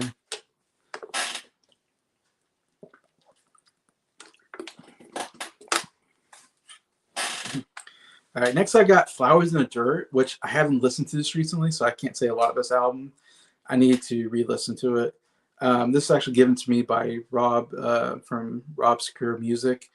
He's given me a lot of CDs, and this is one that he actually gave to me, sent to me from New York. So appreciate him. Shout out to Rob Secure. Looking at it, I don't really know a lot of these songs off the top of my head, so definitely one I need to listen to. And I know Elvis Costello helped produce that album. And then we get into his 90s work, which I think is actually really underrated stuff. Off the Ground is actually probably my first solo album I've heard from Paul McCartney, because I remember my sister Abby having this on CD, I think, or cassette. Maybe it was on cassette or CD back in the 90s. Like I said, after we got into the Beatles, of course, I didn't know anything about their solo work. I didn't know they had solo work. I just knew them from the Beatles. And so I remember this was the first solo album that my sister got, and I listened to it, and I thought it was really good at the time. And I re-listened to it recently, and it's a really good album. I think it's some of his best stuff. I mean, or pretty close to some of his best stuff. I'm trying to think. Looking for Change, Off the Ground, the opener is great. Looking for Changes is really good. I remember. And I can't remember everything off the top of my head. I just remember listening to this and thinking, wow, this is actually an underrated album. Better than I remember it. And then this album, to me, is one of his great albums of all time. Came out in the mid-'90s. And I remember his album coming out and my sister coming home with it. And I was like, what? Paul McCartney has a new album? That was just groundbreaking to me that Paul McCartney was still making albums. Because I thought Paul McCartney's getting old. He can still, well, what did I know? Paul McCartney's still making albums in his late 70s. So he's probably just in his 50s at this point or whatever. So yeah, he was still beyond, quitting music. He was still big on making new albums. And this album is so good. I remember listening to the album for the first time and it just blew me away. I was like, wow, this is such a good album. When I was a teenager or whatever, when I listened to it for the first time. And listen to it again, man. I still go, wow, this is so good. It has my favorite song from him, Calico Skies, one of the greatest acoustic guitar numbers that he's ever done. He's done a lot of good acoustic guitar songs. But even the opener, the song we were singing, when I first turned it on and the song we're singing came on, I was like, holy cow, this is a good song. And this is the very first song. but some good stuff here. Some Days, Young Boy is really good. Flaming Pie is a fun rock song, which, if you know, Flaming Pie is John Lennon said he had a dream where a man on a flaming pie told him that they were going to be called the Beatles. So that's the whole, John story of why they're called the Beatles. Heaven on Sunday is really good. Little Willow, really good. Beautiful Night, amazing. But yeah, me and Adam, I reviewed this album maybe a year ago, actually. It was maybe a little while ago, but me and Adam reviewed this album because Adam from What the Jam listened to it the first time, and he really liked it as well. And this has always will be up there. It's one of my favorite Paul McCartney albums.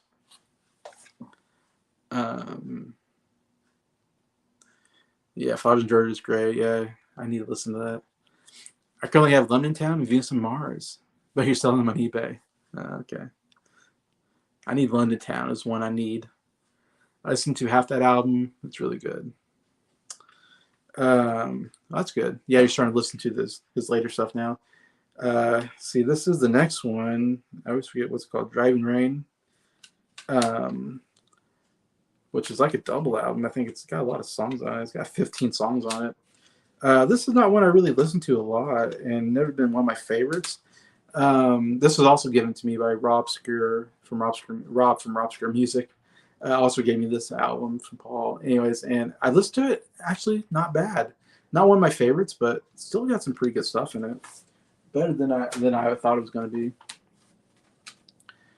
All right, and then we got Chaos Creation in the Backyard, which I think came out like in 2000. So we're getting out of the 90s into the 2000s. And man, another absolutely amazing album. One of my favorites. Again, another album that'd be amongst my favorite Paul McCartney albums and my favorite of all time. And yeah, another one that I was like, wow, is he ever going to make anything as good as Flaming Pie? And then he came out with this, and I was like, wow, I actually like this a little bit better than Flaming Pie. They're both pretty close, but I have this just a little bit above Flaming Pie on my list, my album rankings. And again, it doesn't have as many big hits on it, but every song is like really good on here. Like I go through this whole thing, but man, I just love everything. From Fine Line was kind of somewhat his first like kind of single off the album. But Jenny Wren, really good acoustic number. A lot of good acoustic numbers here, in fact. English Tea is a fun piano number. Too Much Rain, another really, really good ballad. Certain Softness, a good ballad. Follow Me, which he says he was inspired by George Harrison. He kind of wrote it in a George Harrison style. He says it's a real good song. And then my favorite is This Never Happened Before, is one of my favorite Paul McCartney songs. Absolutely amazing. Definitely need to check that out. And the last Paul McCartney album I have is after that album. He then did Memory Almost Full, which is another great album. Another album I absolutely loved and I listened to a lot. And one, if you haven't heard, I mean, he still hasn't lost it at this point. Again, every time he makes a new album, I'm thinking, how many albums does this guy have left in him? Like, I always think, like, he's way out of his prime. He's getting old. And then he always surprises me. He comes out with an album, I go, holy cow, Paul McCartney still has it. Even though his voice is starting to deteriorate a little bit because he's getting older, he's not singing as clear. He's still great. And yeah, this one still love. I need to get like the one after this new. I need to get that. Egypt Station I think is actually pretty good. There's a lot of good stuff there. And then the last one, McCartney 3, I didn't like as much, but those are like the last 3 albums he made so far. But anyway, this guy, Dance Tonight, was kind of a big song off here that was in commercials and stuff. Really good number with like a mandolin or whatever. Ever Present Past is great. See Your Sunshine, great. You Tell Me, great. That Was Me is great. Feeding the Clouds, really great. And then my favorite is The End of the End. The End of the End is one of my favorite Paul McCartney songs, again, about death, and all that. So I think in total I have 12 albums, Paul McCartney albums at the moment, which is like half of his, or maybe about half of what he has out.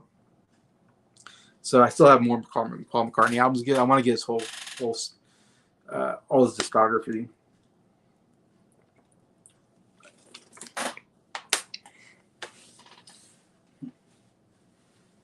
And I do have a Paul McCartney side project, The Firemen, and this is Electric Arguments. He made, I think, 3 albums with this. He calls it the Firemen group.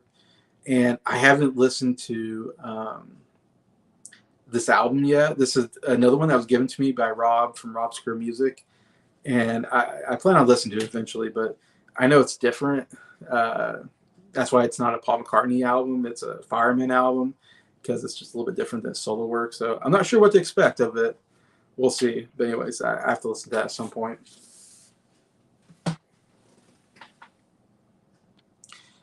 Yes, all his discography. I want to get all of Paul McCartney's albums. That's my goal. I'm working on it. I'm getting there. Definitely the artist I have the most albums from, even more than the Beatles.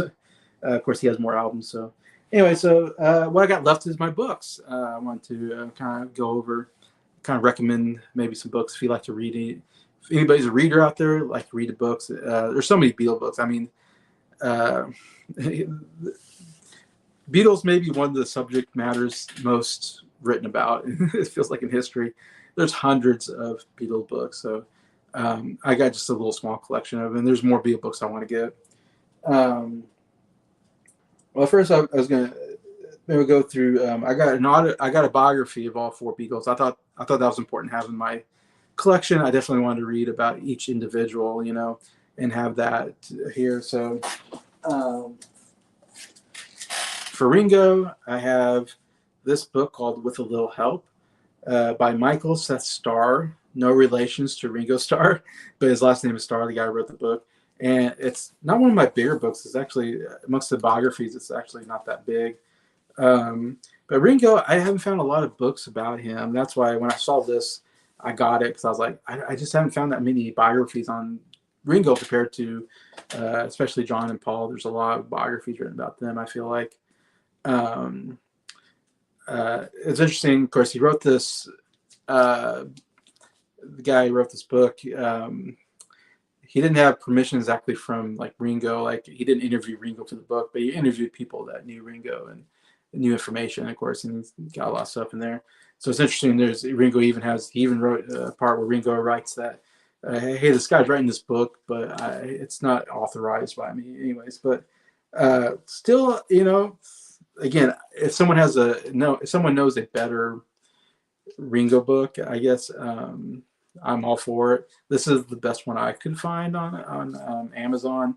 I got good reviews and everything, and like I said, it's not really that long of a book. Interesting enough,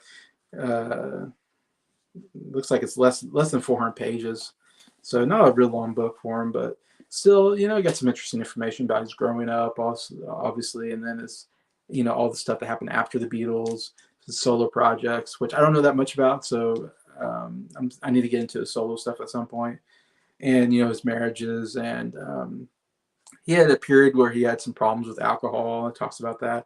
Talks about his time on Shining Time Station with Thomas the Tank Engine. He was the conductor, but yeah, still recommend getting that one if you want to learn more about Ringo.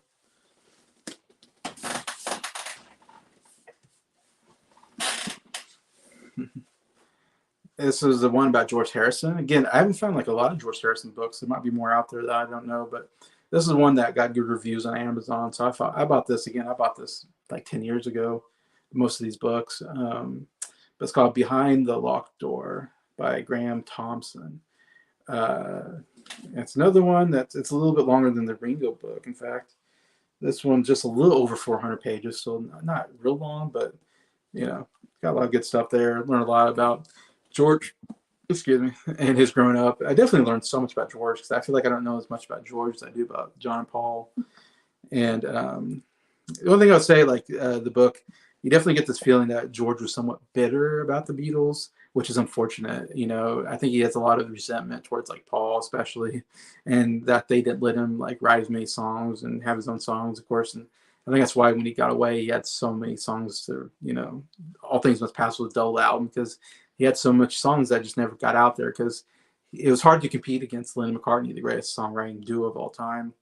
And there's interesting of course, the only thing I don't care about is his religious aspect because he became Hindu and I'm a Christian, so like I don't care about the Hindu religion. In fact, I don't think it's of course for me, if you're not a Christian, then it's like it's not a real religion.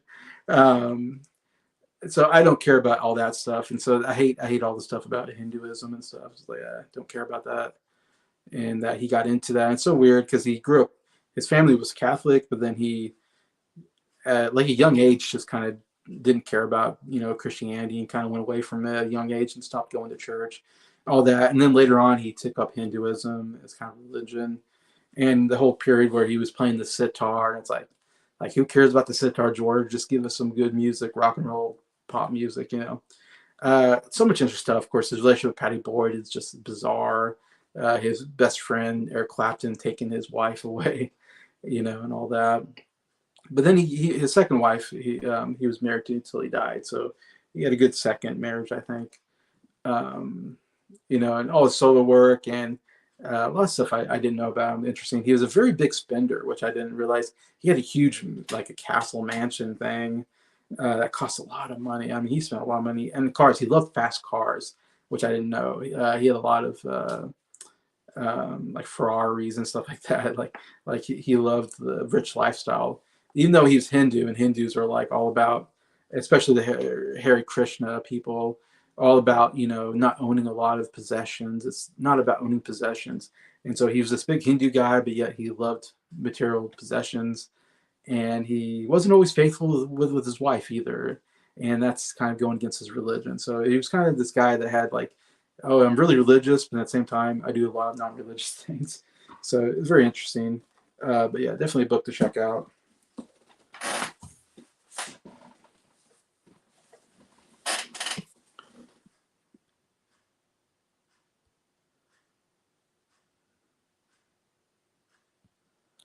The Family Way soundtrack. I don't really care to have the Family Way soundtrack. That's not really a Paul album. I mean, he did that as a side project when he's with the Beatles. And Nick owns the Family Way, and I guess he says it's not too bad, but I mean, I don't really count that as a Paul McCartney thing. Besides the classical albums and the Twin Freak albums, the Family Way, Wings, and the Fireman album, I consider to be part of the discography. Oh, okay. Oh, Fireman too. I didn't really, thought of that as part of the discography. But I have it. Someone who loves the sitar, I can see where you're coming from. Okay, yeah, you like the sitar music more than I do. I never cared for it.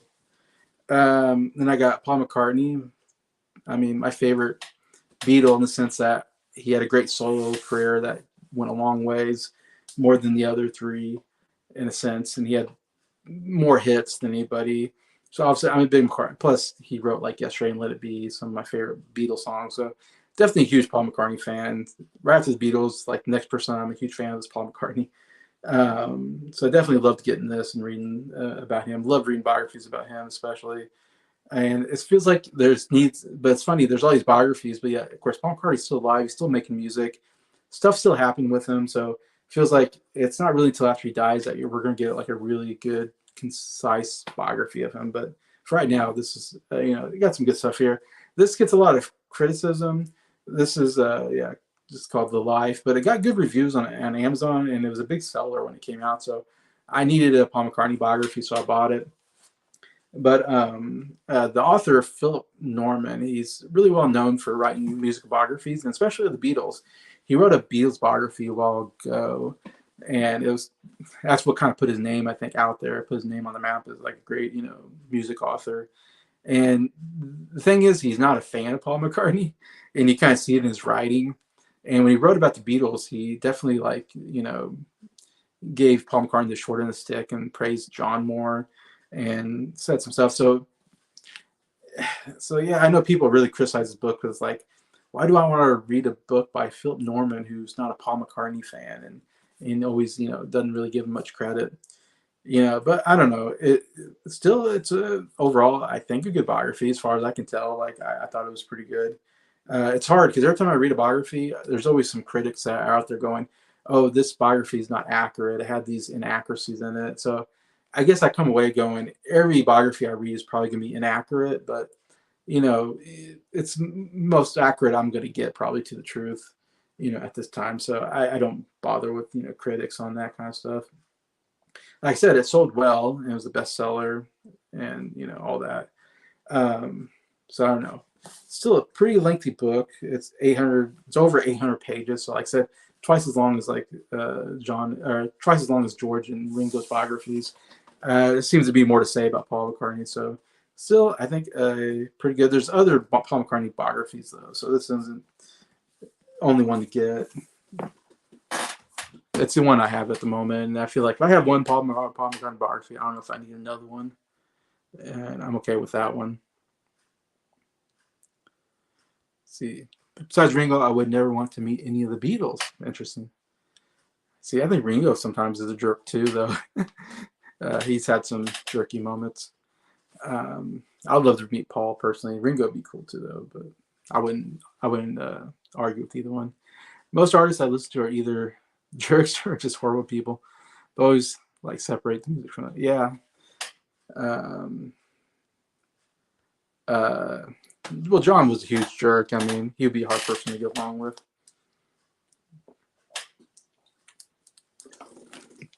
That is for sure.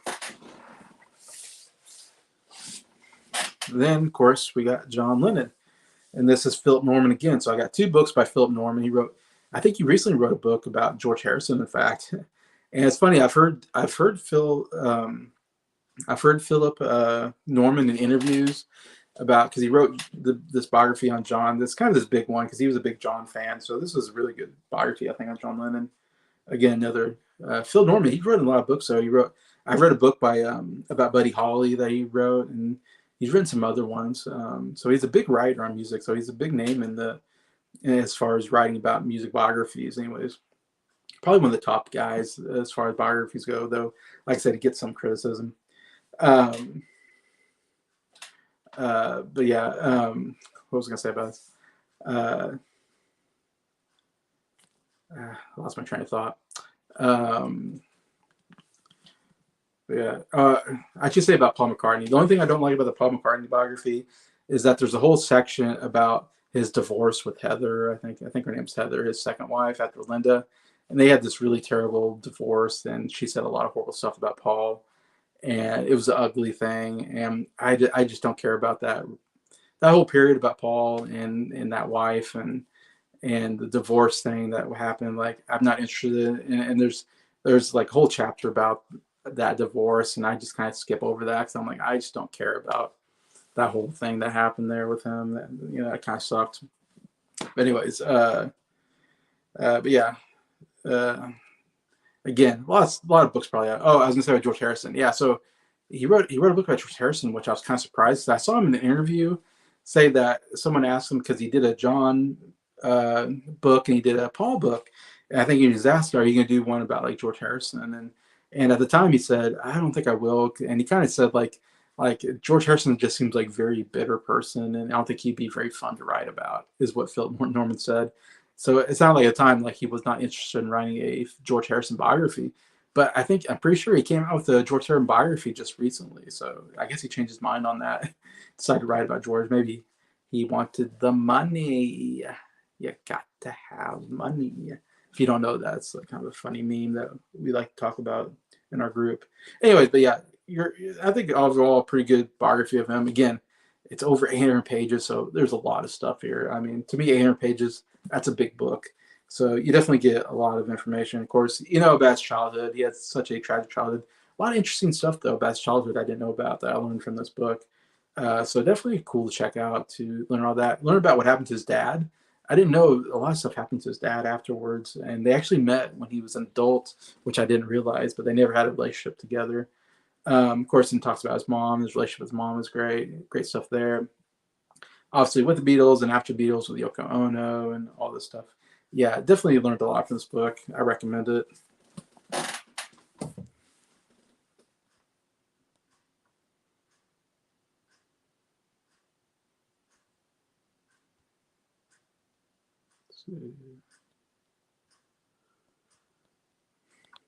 Ringo was a worse abuser than John. Huh. Well, Ringo was definitely an alcoholic. He had alcohol problems, and he even shaved his head at one point, which I didn't realize. And there's a picture of him where he shaved his head because he kind of went crazy. He lived a lot in Morocco because you can live there like tax free. So he did a lot. I think it was Morocco. He went to Morocco a lot, which is interesting. Yeah, he had like a drinking problem that he had to, I think, go to rehab and get over all that. John obviously was a huge drug abuser, and like Nick said, Uh, yeah, he was not good to women. He was a womanizer. He was uh, very controlling over women. I don't know if he beat him, but he definitely was not good around women. And there's a lot of not good stuff about John. And like I said, because of his childhood and the stuff that happened, he had a lot of repressed, anger and bitterness, and it kind of messed him up, I think, to be honest. He said that the divorce happened when he was 64. It did. Okay. I didn't realize he was that. That's crazy that 64 though. And then he got remarried to a girl named Nancy, who he's still married to. He's been married to her for a while. So he actually is pretty good on his marriages, except for that one didn't last very long, didn't work out. Of course, him and Linda were married until she died. So he was very faithful to Melinda. And then he seems very faithful to Nancy, his current wife. So he's actually, he's been married 3 times. You know, he's not like some of these celebrities that are constantly getting divorced all the time and don't have long relationships. Even George was married twice, and he's married to his second wife for quite a long time. And Ringo, the same thing. He got divorced from his first wife, and then he was married to Barbara Bach for a long time. He's still married to her. Um, John was married just twice, and his first marriage was terrible.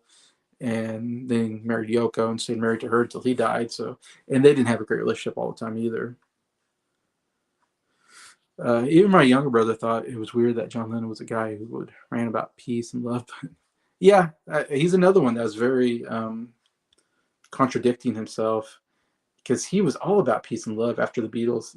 Um, that's all he did. The peace in bed stuff, and all the songs were very very about give peace a chance, Happy Christmas, war's over. Even Imagine's kind of these anti-war songs of like, let's just have peace. And it's like, John, look at your life. You don't live a peaceful life. Um, yeah, sometimes hypocritical, critical. Yeah, especially hearing Imagine no possessions. I wonder if he can, from a guy that makes millions. Yeah, he was a guy who had again, he had Rolls Royce. He was big on like owning. He owned a Rolls Royce, which those are really expensive cars. Uh, yeah, he had a big. Of course, they all had big mansions and stuff like that. But yeah, guy that said, "Imagine no possessions." Yeah, he definitely had possessions. He liked cars and all that, and fancy stuff. So yeah, you're right. It's a little bit hypocritical. You do is 9 to 5, drag yourself home half alive, and there is on a screen a man with a dream. Quote from a song, I'm guessing. My dad claims I imagine a song about communism. Yeah, yeah, pretty much. I heard it was you talking about a world where all was free. It could be, and only a fool would say that. It sounds like a Steely Dan song. Mick Jagger, yeah. All right. Let me get to some more obscure books that I have that aren't must-haves, but kind of interesting. I got in the collection. Um, one, this I bought on when I went to London, and got on uh, this tour guide, this walking tour of these different Beatles sites I show pictures of. And yes, this Guides to Beatles London by Richard Porter. Richard Porter is the guy who does these uh, um, walking tours, his Beatle walking tours. He has this. If you go online, you'll see it. And that's how I found out about it. Going online and seeing there's a Beatles walking tour, and it costs $15 or something. I don't know, what, $10. I can't remember. And you just show up. You meet at this one place in London, and you show up and you give him money, and then you walk with him, and he talks about the Beatles, and it was really cool. I got to meet him, got to talk to him a little bit, and he's considered like this great, he kind of almost talks about himself as like the great Beatles mind or Beatles trivia guy or something like that. Like, he knows everything about the Beatles, and he showed us even a newspaper article where someone like wrote about him, and it was like titled that this guy is like the I forget what they said, but like he was like this, one he knew a lot about the Beatles or whatever. So he uses that, to do this, and it's a really cool tour. Like, I definitely recommend it. Um, but at the very end of the tour, you go to this. He ends at his coffee shop called the Beatles Coffee Shop, which is this really small shop. Has a lot of Beatles stuff, anyways. And I bought my dad a Yellow Submarine bottle opener. It's like the Yellow Submarine, thing, and you can open bottles with it. My dad has that, which is pretty cool. I got to buy that for him. And I said I bought that shirt, and I bought this, which is really cool. I like this, and this is basically like from the tour. It showcases. It talks about uh, kind of about the Beatles, whatever. Let's see. A little bit about the Beatles' history and like different places. Uh, and it kind of shows you a map and all the different places. So like if you're trying to go on your own, you can find the different places that I went to, and then it has talks about each place and what their significance is to the Beatles. Anyway, so like I said, there's like a lot of maps in here, so you can follow it if you're in London. Not much use to me here in Kansas, probably. I'm not going to be. I don't know when I'm going to be back in London. Hopefully someday. But anyways, I still think it's like a cool book to have in my collection. Just go, wow, like I was there. I saw all these Beatles sites. I met this guy who wrote this book who does these tours, and so it's still really cool to have in my collection. This actually I took from my sister. It's actually my sister's book, and I don't know if she knows I took this from her. I think she does. Um, let's see. Well, now that we got the dirt out of the way about John, I can talk about good things. Yes, John Lennon made some of the best music ever. Yes. Always giving John the benefit of the doubt, even if he did some terrible things. I love his music. Oh, yeah. Sometimes I don't think about the bad stuff. I just think about the good music. And I've kind of based my look on him now. Yeah. Yeah, I know. I love the round glasses. Yeah, I love it. It's funny. I was talking about the Richard Porter. He talked about how round glasses, those were called granny glasses. Only like old women wore the round framed glasses. And then John started wearing them. And of course, when John wore them, it made them popular. And now everybody's like wearing these round glasses. But it's funny because it wasn't popular at the time until, in fact, John Lennon didn't like to wear glasses. He was very insecure about it because he always had to wear glasses, but he would never wear them out in public or, be seen with glasses on because he was very insecure about it and didn't want people to know that he wore glasses. But it wasn't until later, in the 60s, that he started wearing those round glasses, and he made them cool. And all of a sudden, it's like, I love round glasses. If I had glasses, I want the round ones. So I think they look cool because of John Lennon. He definitely made it like in style. Let's see, I read that. There's very few songs by him that I hate. Pretty much Revolution '09, the first song was something in New York. And my sister laughed. Yes, awesome. Yeah, so this is Abby's in the chat, so I don't know if she knows. I think this is your book, but I think I took it because you weren't reading it, and I really wanted it. And this is Brian Epstein's autobiography that Brian Epstein wrote himself about, being the manager of the Beatles, and of course called A Cellar Full of Noise. Autobiography of the man who made the Beatles. This was kind of this isn't the original book, of course, that he wrote. This was kind of a reissue. So there's new stuff written in there about it, new intro and stuff. And the guy who kind of wrote this, it's one of those things where Brian Epstein, talked to a book writer and told him, all the stuff. And then that guy wrote the book, so kind of ghostwriter, I guess you can say. So Brian Epstein didn't really write the book, but he talked to a guy who then wrote the book, in his words, basically. And so, of course, it's interesting. There's an introduction by the guy who wrote the book. And he says basically in there, of course, that obviously, thanks, Abby. Yeah, you read it too. Okay. I like having this book in my collection, so it's cool because it's the only thing Brian Epstein wrote. And it's cool that Brian Epstein wrote a book before he died. So we have something of his and his words. The greatest, most famous manager of all time. Obviously, the big elephant in the room thing is that he was gay, and that was, of course, very looked down upon. So he had to hide that fact that he was gay, and obviously he had a lot of issues. He committed suicide because he had to hide that. He had to be in the closet, and he there's all kinds of stuff that messes with your brain and that. And he was bullied and stuff, and all this bad stuff. So of course none of that's in this book. Of course he kept all of that stuff obviously out of this book. I'm not sure when it was written. See, I'm not even sure when he wrote this book or came out with this book, but uh, sometime in the mid '60s, I'm guessing.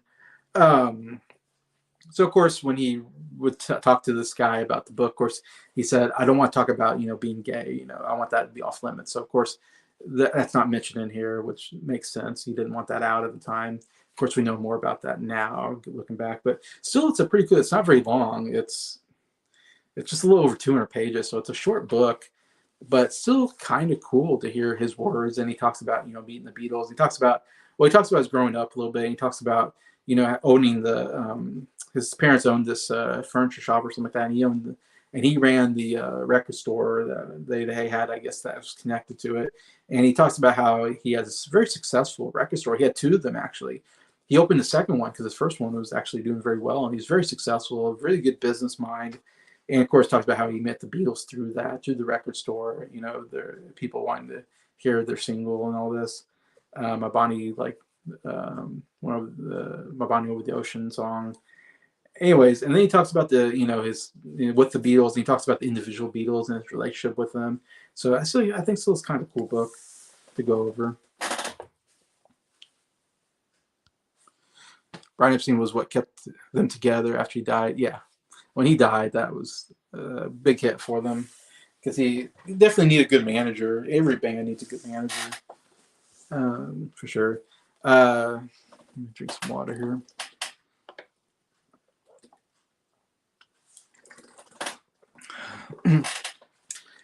This was a really cool book. It's called Revolver: How the Beatles Reimagined Rock and Roll by Robert Rodriguez. Rodriguez. Anyways, yeah, I found out this book because this guy has a podcast, a Beatles podcast, and I've listened to a lot of his stuff. And of course, I heard that he wrote this book through that. So he's, a big Beatles fan. He has a whole Beatles podcast thing, and he I guess he's a writer or something. I don't know. Anyways, so he wrote this book. And when I found out, and I checked the book out, or I have this book, and it's a great book. Like, I highly recommend it to anybody. And it's about kind of the Beatles. It's about Revolver, the album. And the whole purpose of writing this book for him, it was that Revolver was his favorite album. Revolver is my favorite album. So that's why I was like, oh, I really wanted to, hear their thoughts on this album. Anyways, and it's a very interesting book because it's not only is it about Revolver, it's about kind of his stance on why it's the best Beatles album, which I kind of like, And the whole purpose is because Sgt. Pepper's was considered the greatest album at this time. I don't know when this was written, but for a long time, when you talk about like the greatest album, it's always Sgt. Pepper's, which it's a good album. It's just not my favorite. This came out in 2012, so. But at the time, Rolling Stones, the first two 500 greatest albums lists that they made, Sgt. Pepper's was number one on both albums. And I remember VH1 did like a 100 greatest albums list, and Sgt. Pepper's was number one. So there's a good period there where anytime you talked about great albums of all time, it was pretty much always Sgt. Pepper's Lonely Hearts Club Band. But then he wrote this book kind of to say, this is why I think Revolver is better than Sgt. Pepper's. And so he talks about Sgt. Pepper's and this album, and he kind of makes a case for why Revolver is better, which I kind of like because I think it's better. But he also talks about music that was made at that time, 1966. So he talks about the music scene and what other albums were coming out at this time, and like experimental albums and all this stuff in the psychedelic period. So there's a lot of cool information about music that was coming out. And he also goes pretty in depth of the Revolver album and how it was made and all the songs and his thoughts on the songs. But if you like the Revolver album, I'm like, you gotta get this book. It's a really good book about Revolver, in my opinion. So it's actually one of my favorite Beatle books.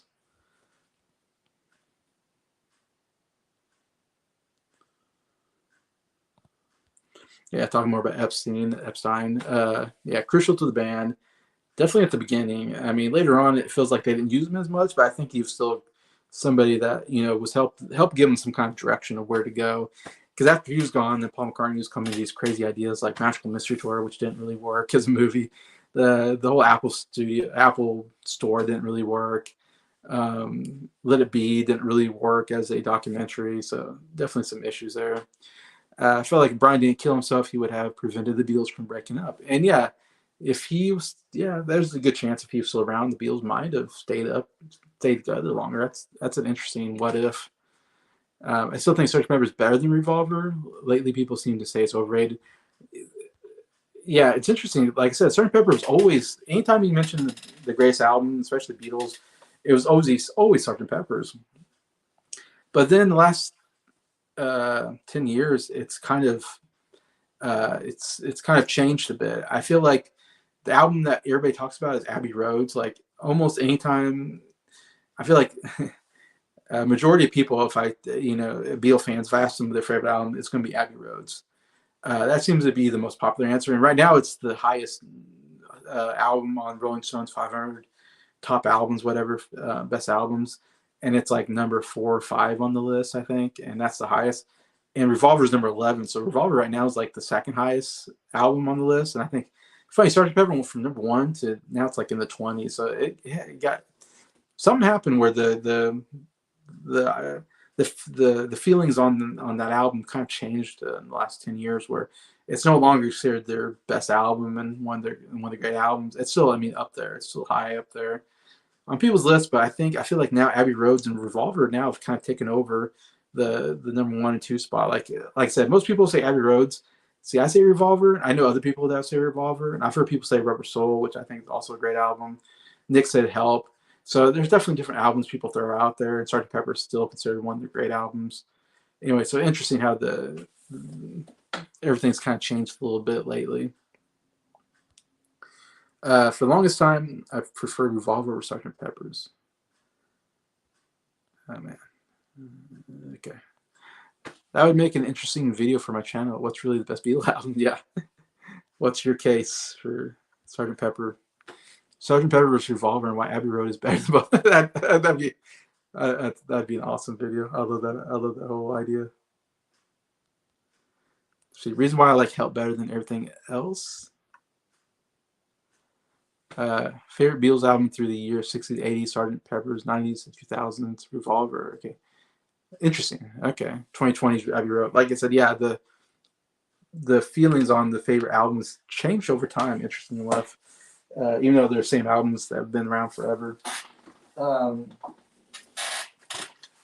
Got this book. I heard about this author named Bruce Spicer. I heard him on a podcast, I think.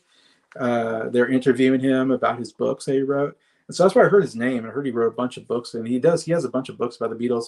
I only got this one. I want to get some of his other books he's written about.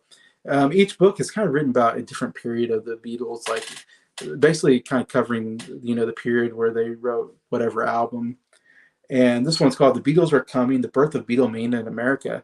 And so this covers, like I said, it covers 1963 and 1964, basically. And it kind of covers, the early period of the Beatles, and it covers them coming to America. And it's very, very detailed about like their coming to, like we're talking about today, coming to America on February 7th and then doing the Ed Sullivan show on February 9th. It talks in pretty good detail about that day and like everything they did, and how the show went and stuff. And anyway, so it's very interesting. I think it's funny. Bruce Spicer, he's like a lawyer who's also a big Beatles fan. So he's become a big Beatle writer, but originally he's a lawyer.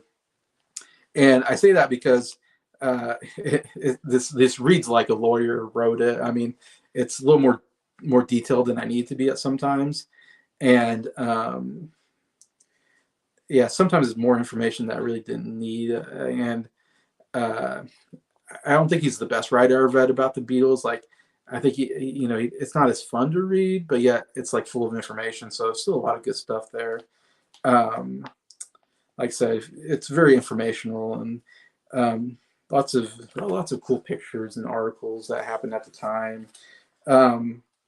Because I forget, George Harrison came to America actually before the Beatles did. So he was the first one to come to America to visit. I think he had a sister that lived in America, and so he came to America first, and then the Beatles came in 1964. But anyways, and he has a lot of these cool, like, he has these true or false sections where he says, you know, he'll say like something that everybody says is true, and then he'll say it's actually false. So he like tries to fact check a lot of misnomers, a lot of stuff that has been out there. He'll say no, that's actually not true. It's actually false information, which is kind of interesting.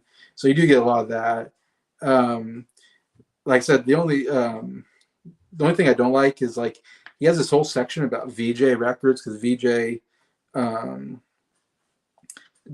Capitol Records wouldn't put out any of the Beatles albums in America, and so VJ kind of got permission to uh, make an album or put out their songs. So, and it talks all about VJ. There's a whole section just about the history of VJ Records, which kind of interesting, kind of not interesting. Like I'm not that crazy about learning about VJ Records. And then there's this whole thing about they got sued by Capitol Records because they came out with the first Beatles album called Introducing the Beatles, which Scott says here, yeah. VJ comes out with Introducing the Beatles because the Beatles weren't big yet, really, in America. And Introducing the Beatles, I think, is kind of basically like Please Please Me or With the Beatles. And then but then the Beatles became huge. Their songs started hitting number ones. And so then Capitol Records was like, oh, we're the band, we're the record company. We need to put out the first Beatles album. So they put out, I think, Meet the Beatles was their first album, Capitol Records album. And so they put it out, I think, like a week after Introducing the Beatles. So I think VJ Records put out Introducing the Beatles. And then I think a week later, Capitol Records put out like Meet the Beatles or something crazy like that. And I think VJ sued them, or I don't know. There's a whole lawsuit, and it goes into some detail about the lawsuit. And again, like I don't care about the lawsuit. Like it's a lot of lawyer mumbo jumbo, like whatever. So there's some stuff that's not needed, I think, but still, I think I'd recommend it. It's a cool book to kind of get a lot of information about the early Beatles and their whole time here in America.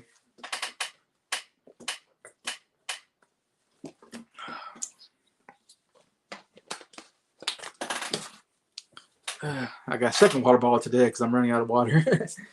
So I'm going to have to go to the bathroom pretty big after this.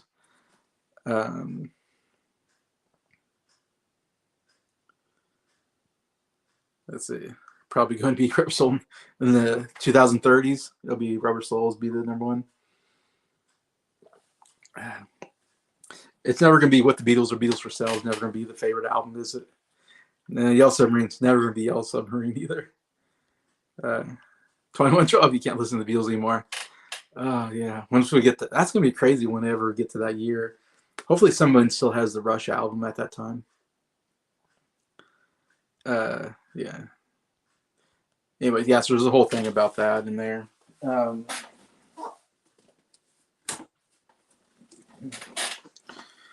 This, I don't want to say much about this. Again, I think my dad got this book or something like that, and I took it from him. I think my uncle maybe my uncle gave it to somebody. I can't remember. But it's like one of those things where like I saw it and I was like, I want this book. So I kind of took it as my own because I read more than I think some of my other family members. But anyways, or I shouldn't say that. Sometimes they read and then I take it and I'm like, it's mine now. But this is 100 best Beatles songs, informed fans guide by Steven Spigness and Michael Lewis, which I don't remember who those people are or why they wrote this book. I mean, or why this is any significance. And again, this isn't a must get or anything like that. I love lists, and so this is their opinion on what are the 100 best songs, or what are the 100 best Beatles songs. And yeah, so it goes through each song. I mean, I think it's still a pretty good read. Like there's number 16 here, there, and everywhere, So it talks about the song and what it's about, and interesting information and why it's there, I guess. And, so a lot of good information about each song and why they put it there. Of course, obviously, it's just their opinion. There's no objective, what is the best song. This is just their. But still, I like reading about other people's opinions about the Beatles and their songs and their albums, and get a good idea of like what other people think. I have my own ideas. Let's What do you think is number one? I'll ask that, you guys. What do you guys have a guess of what the number one song here is? I took my Mount Chicago album. I forgot where it is, but I have a book ranking every song from the Eagles. Awesome. That's cool. Like, I just got the Beatles one, but I think Eagles would be cool. Other bands would be cool too. I would love to have other band rankings. The only thing I remember is that Take It Easy is number two and Obvious is number one. Hotel California, I'm guessing. Let's see. A Day in the Life. Day in the Life. It is A Day in the Life. You guys got it right.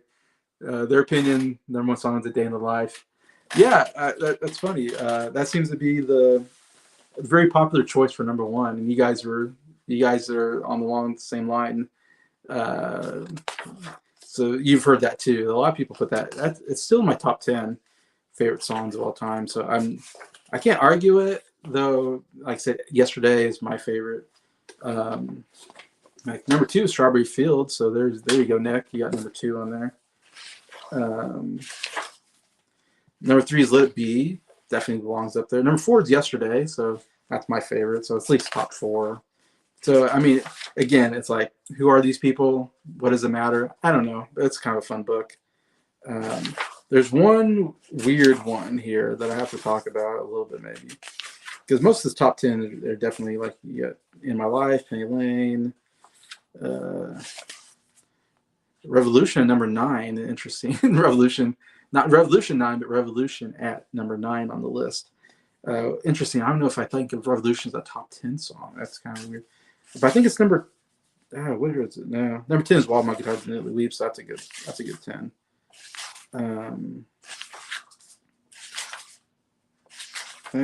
Maybe I'm crazy, but I feel like there's one song that I feel like doesn't belong on here. But I might be totally off on it, because I'm not seeing it. Or it is. The only one I kind of disagree. I have to disagree with is number 18 is Martha My Dear. And I feel like that's really high for Martha My Dear, which I like Martha My Dear. Martha My Dear, off of the White Album, I believe. Yeah, it's a fine song. It's got a good piano part there. I don't think it's anywhere close to 18. I don't think most people would put number 18 on their favorite. I might be crazy. Maybe I'm totally off. It just feels like they're a little off on that one. Like, that's just a personal favorite of theirs, and I'm like, okay, most of these I'm like agreeing with. I'm like, yeah, those are pretty good stuff, but like Martha My Dear, I don't know if that'd even be in my top 100. Let's see, Taxman. I think you wanted to know, right?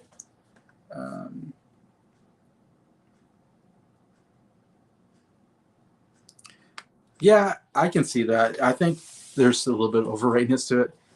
I still think it's a good song, but yeah, it's not number one. Yeah, I love it, but there's better. That's yeah, Taxman. I'll look at Taxman here. It had to be on purpose. Yeah, it's just too high. Martha My Dear. I always thought when I first read it, I was like, really? Do people really love that song that much? I think it's just these guys. I can't stand Martha My Dear. Yeah, I didn't think you'd like that one. That's definitely one of those Paul McCartney, yeah.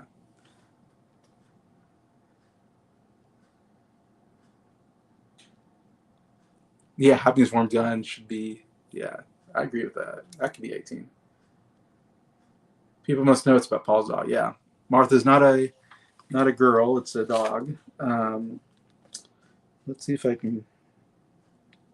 Hopefully, Taxman's in here somewhere. I don't know if I'll be able to find it very easy, but number 6 is the Abbey Road melody. So they put the whole Abbey Road melody as one song at number 36. Kind of interesting. Number 45, Taxman is number 45 on the list. So, not bad. I think it's, yeah, it's a great song. I don't know if I have it higher or not. I can't remember. So many good songs, but it's good it's in there.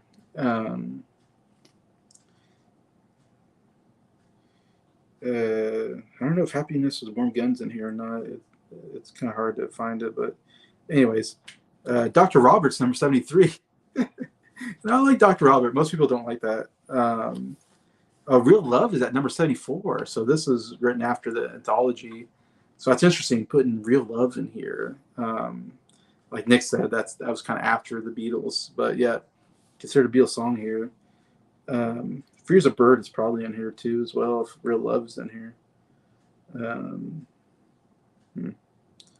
well, I don't want to bore you by reading all this stuff, but anyway, it's still kind of interesting read.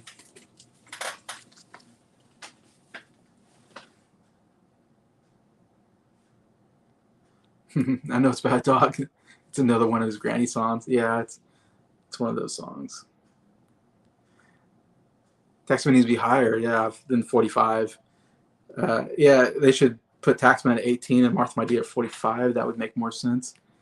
Definitely should be higher than Martha My Dear. If I just slaps in fake stereo. You agree? Okay, cool. Anyways, that's a fun album still. This is the last book I actually read, kind of with the Beatles, I guess. And this is called The McCartney Legacy. It's a book that I've just written this last year. This is volume 1, 69 to 73, by Alan Kozin and Adrian Sinclair. Two guys wrote this book, and I heard this book from a channel. There's a guy named Andrew, and I'm forgetting what his channel is, and he's from England, and he has this great channel. He talks about the Beatles, talks about Paul McCartney a lot, and talks about their music. He talks about books, and he has a really good music channel. Like I said, it's pretty high on the Beatles mostly. It seems like anytime Beatles come out with something, he buys it and talks about it and reviews it. I wish I should have written down I forgot to write down his YouTube channel, but that's where I learned about this book, because he talked about it on his channel, and he bought it and he talked about it anyway. So I was like, oh, I got to get this. It's a biography on Paul McCartney, but it's volume 1, so this is only 4 years. So obviously volume 2 is going to be next 4 or 5 years, whatever.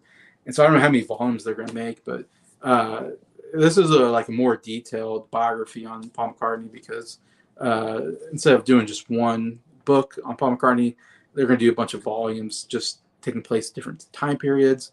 And it's still pretty lengthy. It took me a little while to get through it. I mean, it's about over 600 pages. So it's still a pretty lengthy book, and it's only 4 years, 600 pages for 4 years, instead of 800 pages for his whole life. I mean, so you can see there's a lot of detail.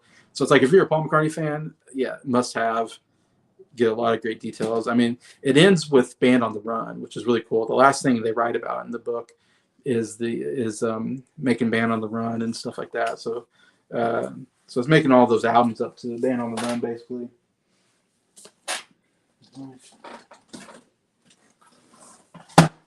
Running out of room here.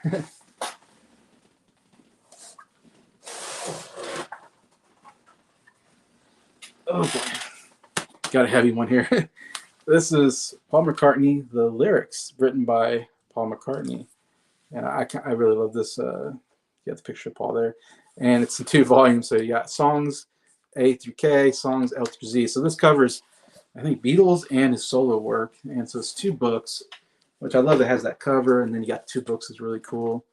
There's Words for Yesterday there, and then the first one, you got kind of lyrics over Paul McCartney. Yeah, anyways, this is just him talking about songs that he wrote and kind of talking about the meaning of the songs. And it's not every song, it's just like a select number of songs, but quite a bit of songs.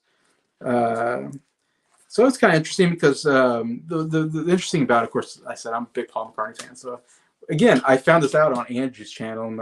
This guy named Andrew that has a really good channel. I forgot the name of the channel on top of my head. But anyways, I found out about this book, that he got this book, and I was like, oh, I need to get this book. Because Paul McCartney's never written an autobiography. He's never really written a lot about himself. So the closest thing we got to an autobiography is this, basically, with him writing about how he wrote certain songs and kind of talking about, how, he talks a little bit about, his own life and how that, inspired him to write this song and that song. So it's a pretty good book if you want to learn more about, you definitely learn more about Paul McCartney's personality, I think, in here. You definitely get his personality. And, it's funny. Sometimes he writes a lot. Sometimes he doesn't write very much. Uh, like I said, it's very select songs. I mean, like, Nick, you might like it because you're really getting Paul McCartney. And so it has a lot of solo stuff in here. But funny thing is, like, none of the songs he wrote during the period where he was married to Heather are in this book. There's a lot of songs that he wrote that were inspired by, like, his girlfriend Jane Asher, because Jane Asher was the girlfriend for several years, and they were even engaged to get married. And so there's a lot of songs written about Jane, in the Beatle period. And then he wrote a lot of songs about Linda. Of course, when he got married to Linda, he obviously wrote a bunch of songs that are inspired by Linda. So you got a lot of those songs in here. And then the section where he was married to, I think her name's Heather, if I remember right, his second wife. None of the songs he wrote about her are in this book. Because that was such a bad divorce. I thought that was kind of funny. Like, he does not want to talk about that time period where he was married to Heather, and then he'll talk about the period where he's married to Nancy. He wrote some songs anyway. So it's just a song about songs and why he wrote the lyrics to them. And sometimes he'll say, it's funny. Sometimes he'll talk about like a song and it'll be like, yeah, I wrote this lyric. I don't know what it means, but I thought it sounded cool, so I wrote it. They're like, oh, okay. There's no hidden meaning. He just thought it was cool. That sounded good together.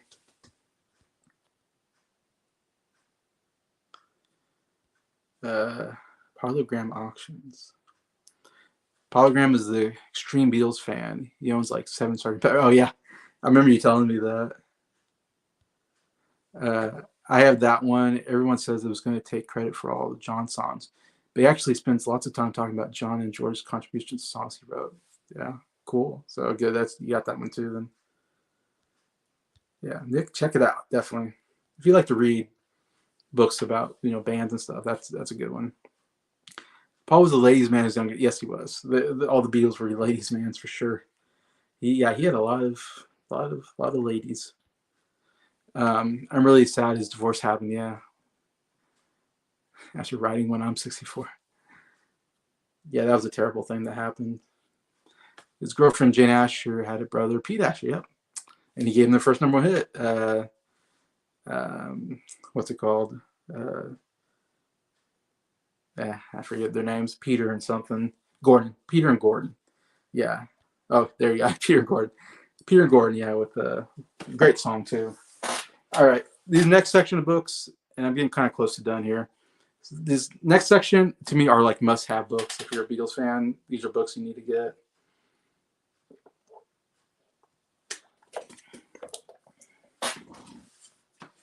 And #1, this is like the ultimate book for Beatles. This is Tune In, The Beatles All These Years, Volume 1 by Mark Lewison. Like I said, Mark Lewison is considered like the best writer. Like I said, like when I listen to people talk about books written about the Beatles and about different people, there's always a lot of criticism that, oh, that's inaccurate. This is, that person's not a very good writer. There's a lot of criticism out there. Mark Lewison's the only person I know that like almost every Beatles fan, every Beatles critic, all think he's the greatest writer when it comes to the Beatles, and that his stuff is very accurate, and that he spends a lot of time researching and getting the right information. So it seems like this is the only book I've gotten that like seems to be, everybody seems to agree is like is a really good book, and it's everybody should read. But yeah, this is volume 1. I think he's going to write 3 volumes if I remember right. And he's only got 1 volume out, and this came out like over 10 years ago. Mark Lewison, it came out probably 11, 12 years ago, this book. And I remember it came out, everybody talked about it, and I was like, oh, I got to get this book because it's like the most detailed book we've ever had. So 2013, so it came out about 11 years ago, this book. It took him 10 years to write this book. Now, this book takes place, it goes over, of course, their childhood, growing up and stuff like that, a lot of stuff about that, and into them becoming the Beatles, getting the music, getting together. It talks all about that. And then it ends, I believe, in 1962, December 1962.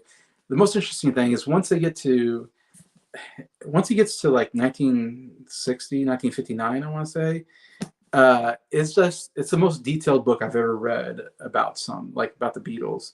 Because this is 800 pages long, and this is only, he talks about their childhood and stuff like that, but then it goes in real detail from like, I want to say 59 or 60 to 1962. So it's covering like 3-4 years very specifically. Like it goes month by month. Like I've never seen a book like this before, where it's like, okay, this is March of 1962, and then it goes in detail each week of that, what happened with the members of the Beatles. This week, this happened to them. This week, this happened, and they did this week, and I mean, it's just crazy how detailed the book is, and so you're just following along like month by month because he talks about, all right, here's this. I mean, he gives dates like here's this week, this is what happened this day, and this month, this is what happened this day. And so it's very detailed and it ends December like 31st, 1962 is the very last part of the book. So the next book is going to start January 1st, 1963, if I remember right. Yeah. So so it's interesting how it ends at the very end of the year and begins with the next year at the beginning of the year. So that's how much detail. And Mark Lewson, he started off writing just very detailed books. He wasn't really like a biography writer. He was more of a researcher. I guess that's his big thing is he's really good at doing research. And in fact, he worked with Philip Norman as a researcher for Philip Norman. And Philip Norman even said something like, oh yeah, Mark, yeah, he's a good researcher, but I don't know if he can write a book, anyways. And then Mark proved him wrong because Mark wrote probably the biggest book on the Beatles, considered the best Beatles. Right now is considered the best probably book on the Beatles. Like it's a must read if you're a Beatles fan. Like I said, it took me a long time to get through it because there's just so much information. I'll even say I think there's too much information. I think you can have too much information, and I would say there's probably more information than I needed in here. But still, it's like, how can you argue with getting more information about the Beatles? I mean, if you want to learn about the Beatles, this is a book to learn about who the Beatles were. Anyways, like I said, it only takes place till 1962. So we haven't even seen Beatlemania yet. This ends, and we haven't got to Beatlemania. I mean, it ends with them they're starting to make songs with George Martin. They've signed with George Martin and with the EMI, and they've come out with "Love Me Do." Like at the end of this book, basically all you got is "Love Me Do" and "Please Please Me," or like the big songs that came out at that point. So we haven't got to the "Please Please Me" album yet. Even that comes out in 1963. So we're still pretty early in the Beatles' career where they're just starting to get big. So this is definitely covering their early period, like before they were famous, which to me is like not the most interesting period. So I can't wait for the second book. Like I've been waiting forever. It's been, like I said, it took him 10 years because he takes a long time to research. He researches the heck out of the information. He goes and travels and tries to find everything he can about the Beatles.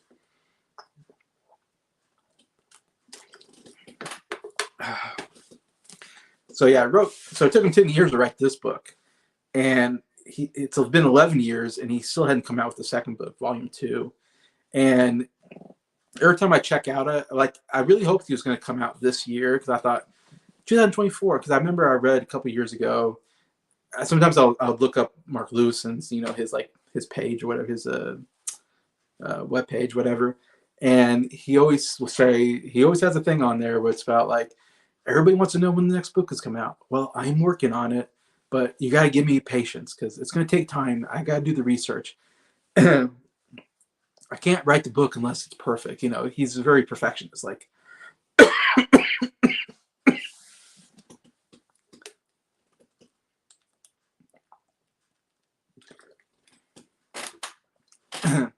yeah, he's a very perfectionist. So it's like to him, it's like the book's not going to be ready until it's ready. So he's never going to give you a date. He's not going to say, okay, volume 2 is going to come out on this date. He's never going to do that. He's just going to say it's not ready yet. And it's like, and we're all going, when is it freaking going to be ready? We've been waiting 11 years for the second volume. We want to read this book when we're still alive. We're all afraid like we're going to die before you come out with these books. So it's taken him more than 10 years to come out with the second volume, evidently, and he's still not near ready. It doesn't seem like, because last time I looked at his webpage, it was still like, I don't know when it's going to be ready. It's not ready yet, and it's not going to be ready. He always says like, it's not going to be coming out this year, and it's not going to come out next year. I always read that on his webpage, so I'm always like, okay.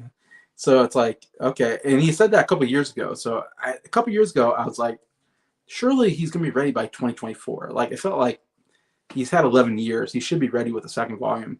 But now it's 2024, and I look him up, and it's still, it's not going to be out this year. It's not going to be out next year. And it's like, geez, like, when are we going to get the second volume? But I think he's writing the third volume as well. So I think maybe he's doing research for 2 books, and maybe that's why it's taking him longer. So I'm hoping once it ever comes out with the second volume, I'm hoping the third volume doesn't take 10 years. That's what I'm hoping. But it's crazy. No one spends 10 years researching a book. It doesn't take you 10 years to write a book normally. But that's just, again, that's how good these books are, I guess, is how much he's putting into it, how much, love he's putting into these books. Because most people maybe do a year of research. Most books, you research your subject matter maybe for a year, do interviews, read articles, search for whatever information, and then you spend, I don't know how much time writing the book after that. I mean, he's spending forever just researching, and then he has got to write it. Anyways, so that's what's so interesting about these books. So, in the second book, I'm really excited about because this ends at 62. So the next book is probably going to cover like 63 through maybe 66. That's my favorite period of the Beatles. I mean, you're talking about, that's when Beatlemania starts. That's when all the big albums are going to come out, and we're going to get, the movies, Hard Day's Night, Help, Rubber Soul. I mean, maybe Revolver. I don't know if we'll get to that, but still, it's like, man, the next book is going to be so good.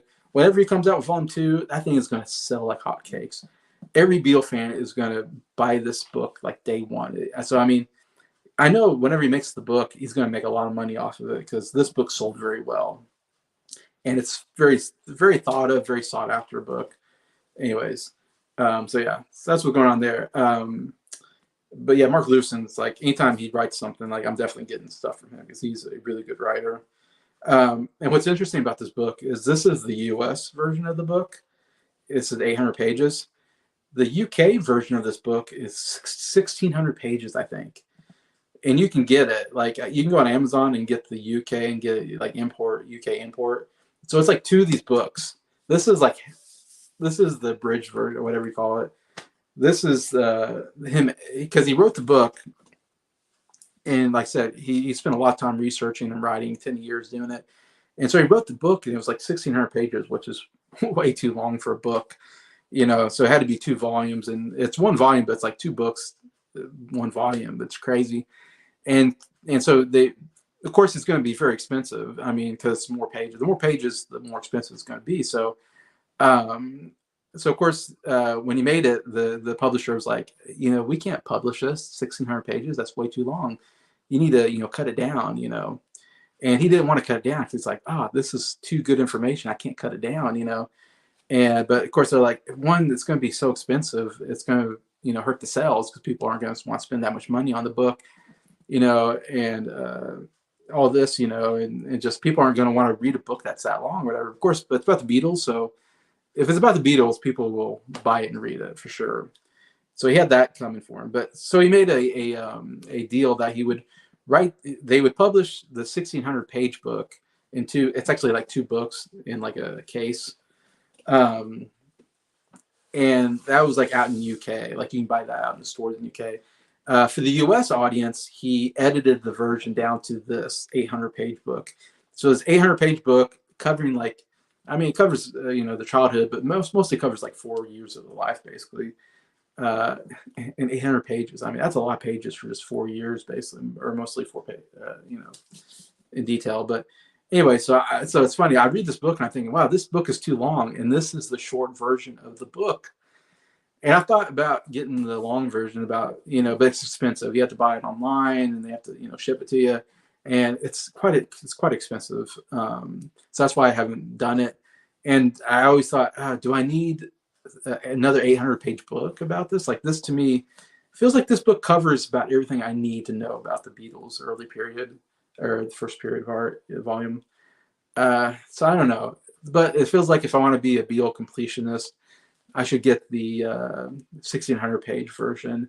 and just be like, oh, I got the 16, just to show off that, hey, look at me, I read the 1600-page version. So who knows, if I really want to go that way and add to my collection, I could buy the double book version. But anyways, right now I'm fine with this 800-page volume 1. Definitely have to get it though.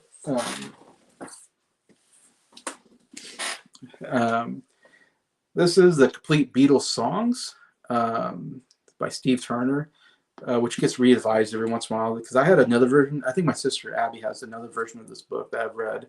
My wife bought me this actually, like when we first got married. This was like a pretty early present from her. Anyways, but I think it's a must because it covers every single song. I guess every single song they wrote. I don't know if it does the cover songs. I can't remember. But it covers every single song and the story behind the song and why it was written. And, and I use it a lot on my videos. When I talked about, like, when I did my ranking of all 213 songs, whatever, like, I definitely use this book a lot for information about each song. And they couple it by, basically albums and so forth. But yeah, so it's a good book just to, get more. It's just an information book. If you want to know more information about all the songs and why they wrote them, it's a very good information book about that.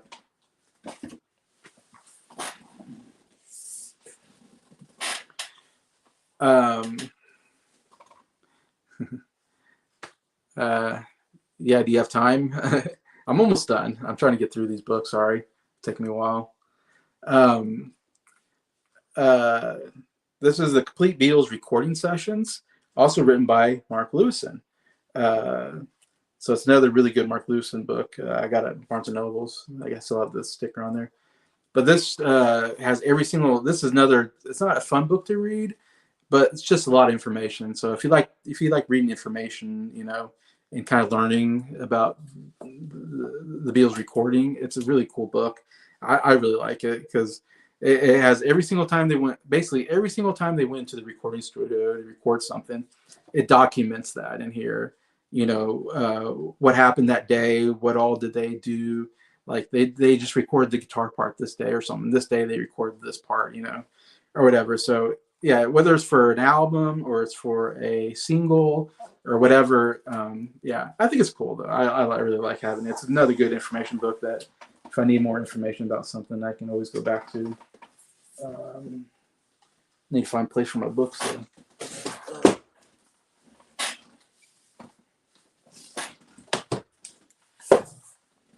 All right, this is gonna be the last of like the books I think you must own as a Beatles fan, and this is the Beatles Gear. Especially Scott, I don't know if you've read this or have this. I think you especially love it because you're a guitar player. But yeah, Annie Babuch, all the Fab Four instruments from stage to studio.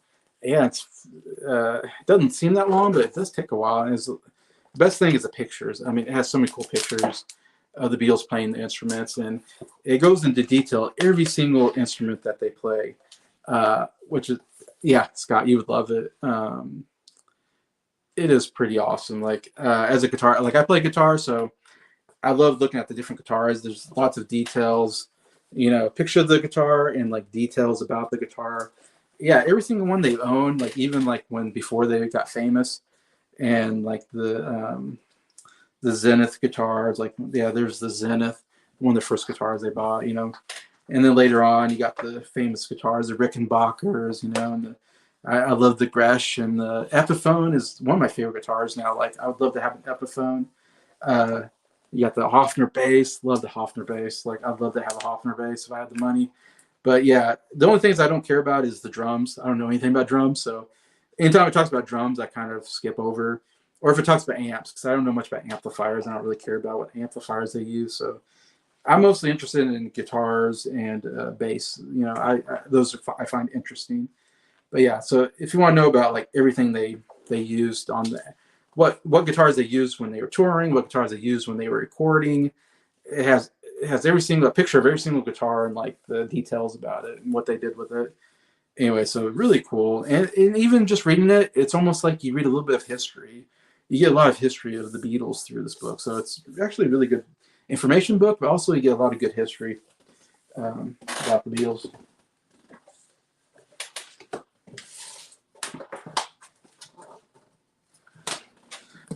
I would say this is a must if you play an instrument. Like I love this. This is the Beatles complete scores. So it has the scores of every single Beatles song.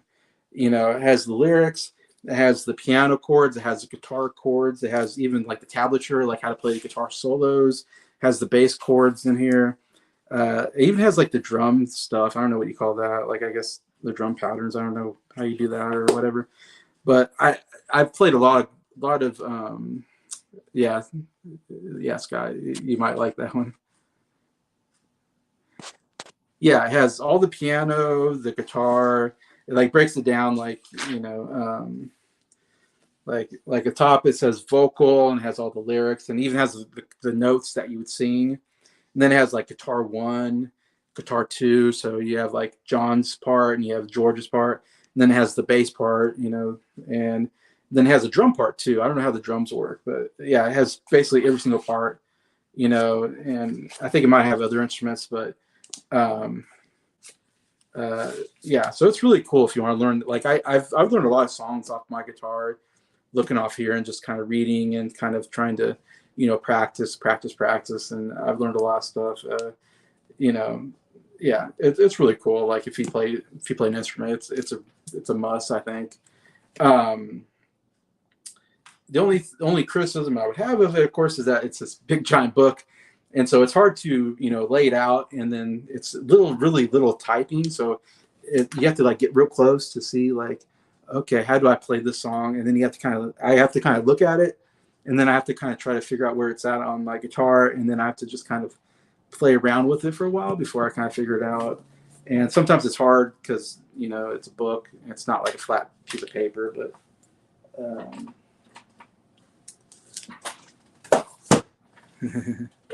Well, I still need to get strings for my guitar. I keep forgetting every time. I'm like, oh, I need to go get some strings because I don't have any strings on my guitar at the moment. Um, hey, Jacob, nice seeing you. All right, the last item I have on my list is this one, which is still very important because it's the we call it the when I saw Paul McCartney sing live. This is like the book that you buy at the venue, and I knew I had to get this because I had to commemorate this moment when I got to see Paul McCartney sing live back in 2017. So this is the information about the touring, and it's got all kinds of stuff about Paul McCartney and the band. Oh, there's flowers in the dirt. uh, but yeah, just lots of interviews. Like there's an interview that he's with them. There's cool pictures of the tour stuff. Anyways, and I think maybe has like where they went on the tour. But it's just it's not a must-have. Only if you go see him in concert, you got to get like one of these things to commemorate it. In fact, I have the ticket. I don't know what happened to my or the. What did I do with? Oh, here it is. I forgot. I wanted to show that. I got framed because of like I'm only going to see Paul McCartney probably once in my life, so I had to frame this. But this is, and again, I have to give all my thanks to my sister Abby. She bought me this for like $240, so $252. So ticket price $252 for this ticket. And my sister, me, and my sister's husband Doug went, and it get pretty good seats actually, not bad, at the Intrust Bank Arena in Wichita, Kansas, on Wednesday, July 19th, 2017, at 8 p.m. Anyways, and I put some stickers on there just to flash it up a little bit because it's not much. It's just a ticket. Uh, but I wanted to frame it to commemorate the greatest concert I've ever been to, and the fact that I can't believe I saw Paul McCartney live is like just a dream come true for me.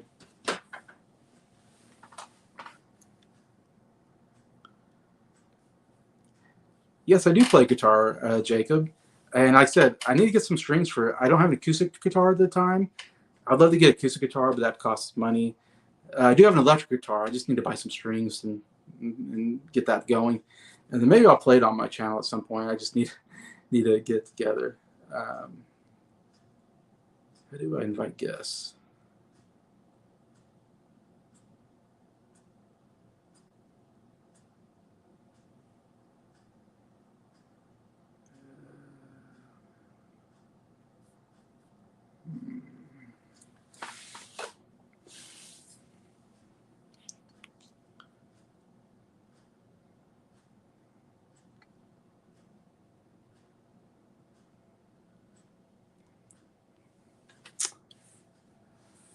not sure how to invite guests on here while I'm on here. That's what I'm looking for.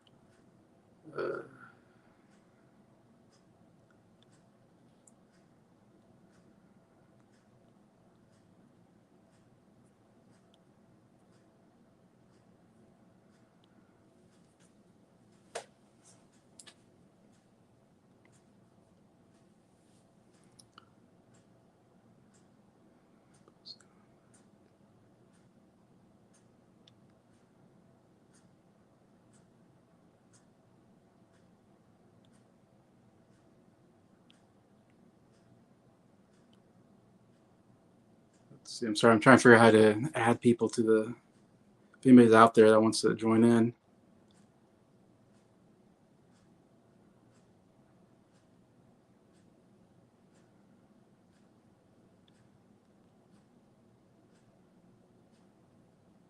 Let's see. Does that work?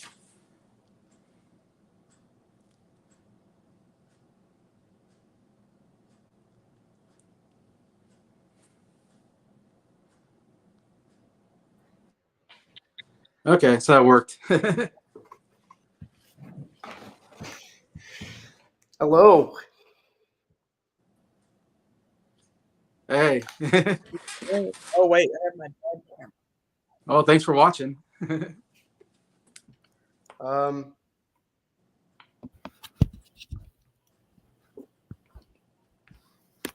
Appreciate you inviting me on. So you got some Beatles stuff you want to show? I do.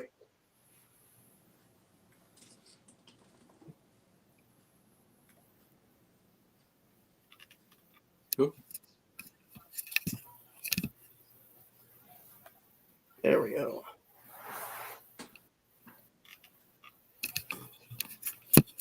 I had a delay for some reason on my thing. Interesting. Oh, I think you need. I got here Scott and Nick.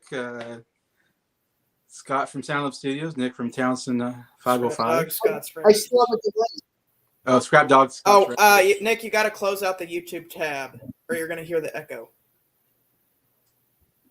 Okay. Am I good now? Yes. That happened to me one time. It was not fun. I was like, what the heck's going on here? Like, my thing was working before. Me and Jason did a Kinks review, and that didn't happen to me once. I'm going to quickly show my Beatle albums and my solo Beatle albums, just really quickly. Here's the first Beatle album I ever owned. Magical Mystery Tour. Interesting. Roll up. Yep, roll up for the Mystery Tour. It's the Beatle album my dad bought. He actually bought it on CD, but he tried to buy it on CD, but accidentally ordered the vinyl version. But it worked because it's one of my favorite Beatle albums now. That's actually pretty cool. And here's the album that got me into the Beatles, and here's the album that changed my life. Oh, really? Cool. Yes. I don't give it as much credit as I should, but I always give it. I know Scott will talk about it, but yeah, that's cool. I got mine up on the wall over there. Oh yeah, you got yours on the Wall of Fame. I own Please Please Me. Please. Debut album. I gave it a 6.75 out of 10 when we reviewed the album. Check out Jacob's channel. He makes amazing videos. Yes. See if we can get Jacob on. Here is you want to click on the stream, Jacob. Here's With the Beatles. Not nearly as good as the first album, in my opinion. I gave it. It's such a famous image. I got the image on a couple things. I realized. I will say the album cover is the best part of the album. Yeah. It's better with Meet the Beatles. I actually like the UK version better, actually, in terms of the album. Interesting. Cover. But the US album is better in terms of music quality. Next album I have is Hard Days and Nights. I give this album a 9.5 out of 10 when we do review it. Yeah, we'll be reviewing that. So much good songs on this. There are some songs I really like, but definitely worth a 9.5 out of 10. Have you seen the US album? It's like the four Beatles, like half of their heads are like the red one. Yeah. The album cover's cooler, but the album is cool. Fun fact on some of the instrumentals, not the lead guitar player, but somebody who's playing the rhythm guitar was a man named James Page. Yeah. He would go on to be in a band of his own. James Page, wow. Yeah, he was a session musician. Here's the worst album. Give this a 1 out of 10. I wouldn't give that a 1 out of 10, but it's 1 out of 10. No, it's not. That's 1 out of 10. There's too much filler on it. Oh man. Don't worry, I'm gonna talk about great stuff with other Beatles related things. It's okay. I saw all the 10 out of 10s you gave the McCartney albums. Here's my favorite Beatle album. 9.75 out of 10, as Jason said with my comment earlier. I want to give this a perfect album score, but Disney Miss Lizzie just happens to want Here's Miss Lizzie. I'm just kidding. You make me dizzy, Miss Lizzie. And there's a U.S. version that I haven't really seen out there, but US the Help. The US version of Help only has the songs on side 1. Here's the very famous Rubber Soul. That is a great album. I give this a 9.75 out of 10. What would you give the US version of Rubber Soul? Would you give that a 10 out of 10? Yes, I will. Oh, okay. Would that be your favorite Beatles album? It would. And the U.S. version looks the same, I'm guessing, cover-wise. Just cover-wise, it looks the same, other than the Rubber Soul logo looks more brown rather than orange. I'm showing everything. I'm quickly showing everything, even the U.S. albums I own. Do you have the U.S. versions? Here's Revolver. Basically, the U.S. and U.K. versions are the same, so I won't show this one again. Oh, okay. I'd also give this a 9.75 out of 10. Okay, good. Yeah, I'd give it a 9.75 as well. Oh, I'm surprised. Surprised it isn't 10 out of 10 for you. Oh, yeah. Well, actually, I like Dr. Robert. It's actually Love You Too. I feel like George Harrison would do a lot better Indian music with Within You Without You on the next album. Well, I showed this one already, but I'll show the mono version Scott showed me. And that's the first one there's no US version. It's the same. Yeah, it's the same. Well, if you want to be technical, the US version doesn't have the dog whistle thing at the end. Really? But that's nitpicking. The music is exactly the same. Mono copy of this album. Okay. I have 2 different scores. The the stereo version, I give it an 8 out of 10. The mono version, I give a 9.5 out of 10. Interesting. Like, I feel like after listening to the mono version, I don't ever want to listen to the US, not the US, but the stereo version. Stereo, yeah. Well, I think John Lennon said, if you haven't heard Sgt. Pepper and Mono, you haven't heard it yet. That's George Martin who said that. George Martin, okay. Here is an album I don't like as much as I used to. The White. I like that album, but I really don't like a lot of side 4. I've realized. I agree. Side 4's got some. Side 4 needs help, and I'm not talking about the Beatles. It 100% needs help. I'm not going to reveal my score on that album. Side 4 could be the best side if you would have had the single version of Revolution and Hey Jude, and then keep Savoy Truffle, and instead of Good Night, put like Lady Madonna or something like that. I don't know. But Lady Madonna needs to go before Glass Onion. Or it won't make sense. Yellow Submarine. Your most underrated album. Yeah, I don't have that one. This album gets too much hate. I personally, I have it. I like Hey Bulldog, and I like It's All Too Much. I like everything. All Too Much is really good. Yeah, it's a really good song. I give Yellow Submarine. I give it a 9 out of 10. Really? Yeah, all the instrumentals are like something in Pepperland or something. Yeah, it's like either Sea of Something or Something in Pepperland. Something in Pepperland. Okay, so people always say that George Martin's the 5th Beatle, but dismiss the second half that was done by George Martin. I think that second half is really good. I don't think it's crucial, but I think it's good. And it's okay. Yeah. Well, it's a soundtrack album. I haven't listened to it in a while. I'll have to listen to it again, I guess. Here's Abbey Road. I give this album a 9.75 out of 10. I love that one. I give it a 10 out of 10. There he is. Yes. I made it. Oh, I'm showing my Beatle collection, Jacob. How are you doing today? Welcome to the Aftermath review, the backdoor pilot to our Rolling Stones series. No, I'm joking. Oh yeah, of course. Right. You have like a 3-hour intro with Jason talking about all the Beatles, but then we come in. Yeah, we're the encore, I guess. The encore. But yeah. No, Jason was just the opening act. No. Yeah. We're not going to hijack the channel, Jason, I promise. It's cool to be on this stream. I can't show off any albums. I was like, you got any Beatles stuff, Jacob?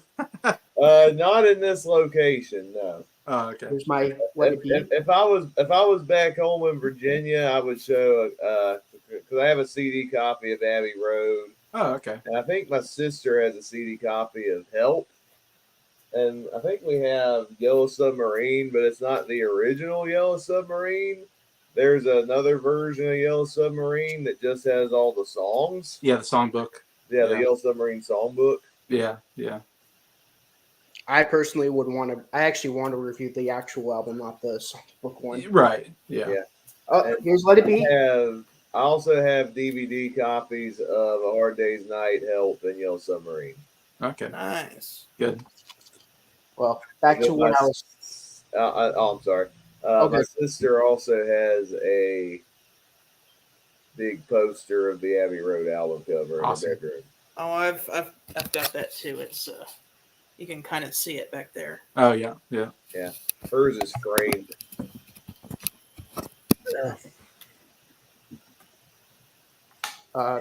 Yes, son. Oh yeah. So you got Let It Be.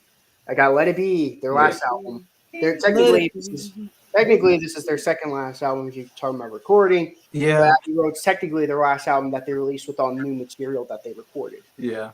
It gets weird with the technical. Yeah. Confused? I consider this to be their coda. Like Because the Beatles, I think, were basically broken up by the time that album came out. And I think McCartney even came out before. I was gonna say, I think McCartney's already come out with his album. John, maybe. I don't know. I think even Ringo's debut came out. Yeah, I think you're right. Okay, so now for the U.S. stuff. Yeah, I want to get some U.S. stuff. Okay, that I like that so much better than with the Beatles. Oh, okay. Has I Want to Hold Your Hand. I saw her standing there. This boy. It won't be long. All I've got to do. All My Loving. Side one ends off from that. That is a perfect first side. It is. Yes. All perfect songs. Side two opens up with the very bland Don't Bother Me. The very not so good Little Child. So There Is You I don't like, but Hold Me Tight. I don't like I Want to Be Your Man. Honestly, side two drops off for me, but side one is perfect. It does have Not a Second Time though, right? Yeah, it closes the album out. I'd probably still give that like a 9 out of 10 just because of the amazing first side. Well, so Meet the Beatles doesn't have the two worst covers, which are Roll Over Beethoven and That's nice. Honey, That's What I Want. No. Well, here's the thing. They're on the Beatles' second album. You ever heard of the channel Me, Mr. Mustard? Yes. This is his all-time favorite album. Oh yeah, Beatles' second It album. starts off with Roll Over Beethoven, which is a horrible opener. But it has Thank You Girl, The Very Mediocre Really Got Me, Devil in Her Heart I Don't Like. It also has Money. Closes out with Jacob's favorite song. The song because we've got to have money. Money. The first side closes out with You Can't Do That, which was from their EP from around that time when they were doing Hard Day's Night. Side two opens up with the other two songs from No, You Can't Do That from a Hard Day's Night. What am I thinking? Yeah, that's from Hard Day's Night. I don't know what I was going off about. Long Tall Sally and I Call Your Name is from the EP. Yeah. Forget that first thing I said. Blah. They came out with this EP that I think came out in like Canada or something crazy like that. The Long Tall. I don't know if it's an album called Long Tall Sally. There's an album called Long Tall Sally. Yeah. It's the exact same album. That's just an EP, isn't it? Yeah. I don't know if we're gonna cover that EP at the end of A Hard Day's Night. Oh, it's just 4 really bland songs. I thought 2 of the songs from the EP were singles. I haven't decided if I want to cover them or not, or just do the album. Because they have the 2 German songs as well, I think. Yeah. Come give me down a heart. I'll talk about that when I talk about the other U.S. album. Oh, okay. Please, Mr. Postman. but it closed out on two of their best songs around this time. I'll Get You and She Loves You. Oh, those are great. Oh, that's She Loves You. Okay. It also has Mr. Mind you, the whole album is drenched in reverb because they thought that would suit the American audience better. You know what? I agree with. You might hate me for saying this, but I agree with Mr. Mayo on this one. I actually like the reverb on a lot of their songs on the US. It works for those early rock and roll songs. It really works on which one is that? It really works on that one. I'm gonna I'll say be right this. back. I gotta go to the bathroom. Okay. If you break my heart, I'll go. Okay, but so I'll be again. My big opinion on this is, I can't listen to I Feel Fine without the reverb in it. After listening to the reverb version, I can't listen to the regular version. I think the reverb is much better. It's also on the reverb version is also on an album that I like better than its UK counterpart, Beatles 65. I'll show that one soon. Which I probably need to get. Here's the bastardized version of A Hard Day's Night. It's really bad. It's got a young session player named James Page on it.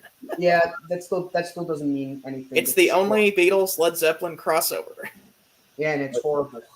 He was just getting started. Even though I love both bands. Here's the album that Jason owns. Something new. I actually have it in shrink wrap. Oh, that's cool. I can't tell if that's a mono or a stereo because it says stereo at the top, but it's got the bubble for mono. It's confusing. It's stereo since it has the stereo. The US ones are better in stereo because a lot of the US monos are just fold downs. Yeah. This is the one that has one of their German covers of one of their songs. Komm, gib mir den Hand. It has a lot of their songs from the second side of A Hard Day's Night, plus the other two songs from that EP we were talking about, Slow Down and Matchbox. Both songs are really bad. I'm just sitting here waiting in the Matchbox, blah, blah, blah. I will say this, I do have sentimental value with Matchbox because that was the song that Ringo opened up when me and my dad saw him live. I'm like, he's doing Matchbox? It probably was better live. It was better live. Did he do Act Naturally? Yes. Yes. I love this version of Act Naturally. Me too. There it is. That is so much better than Beatles with Sail. The improved Beatles for Sale. The only thing missing is that take off stupid Mr. Moonlight, or no, even worse, take off Honey Don't and put 8 Days a Week on there instead. And then Beatles 65 would be a perfect horrible album and all terrible songs. Guess what? You know what else? Remove everything else. Put in I Feel Fine, She's a Woman, Babies in Black, and 8 Days a Week, and you got yourself a perfect EP. What is that? Beatles 65. It's the US version of Beatles for Sale, and it's a lot better. Even though it still has Mr. Moonlight and Honey Don't, and Everyone's Trying to Be My Baby. If you remove those three songs and put on 8 Days a Week, and I don't know what other two songs from Beatles 6 I would put on, but if you swap them out, then this would be a perfect US album, and Beatles 6 would be a perfect terrible album with all bad songs on it.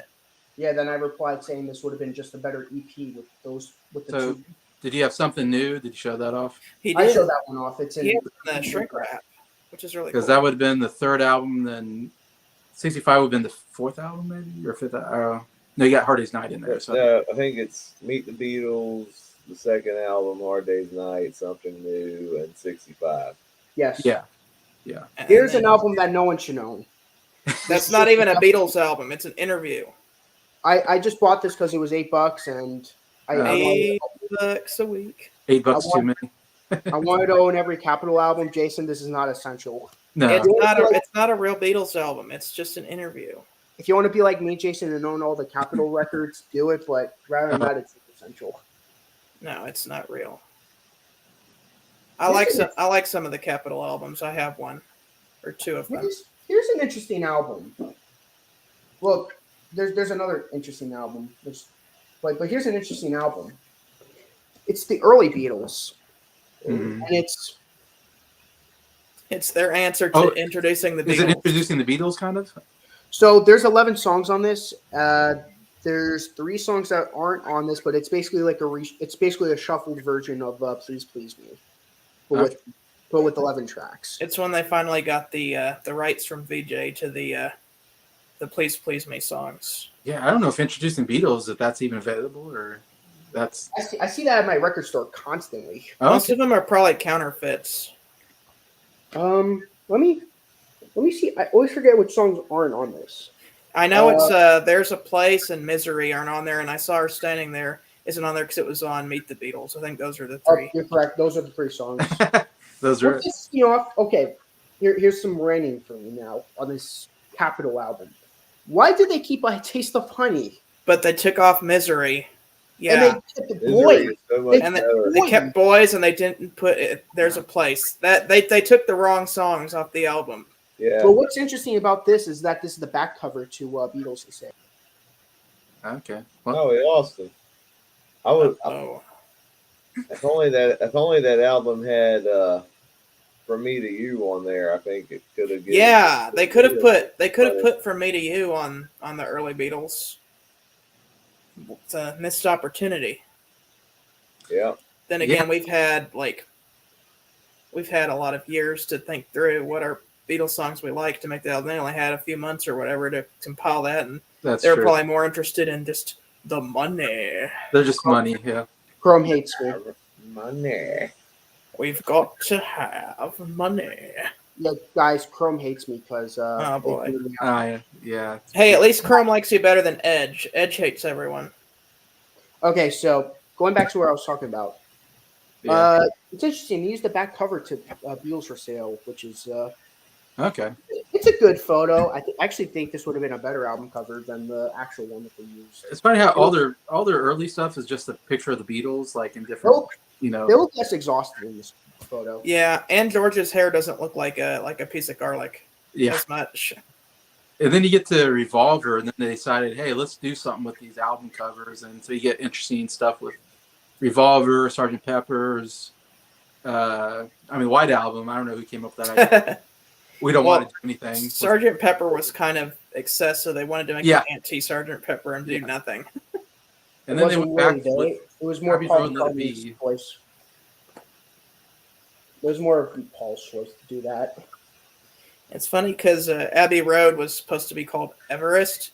They were going to take a picture at Mount Everest. Yeah. But they're like, we don't want to pay to go to Mount Everest. We don't want to go to Mount Everest. They're just like, let's just go take a picture outside and across the road. Let's just go to that road over there. Yeah. So I will say my favorite band in terms of album covers, I'm gonna have to say Rush. Yeah. Rush have some pretty cool album covers. Moving Pictures album cover is cool, especially whenever you look at like the different meanings of it.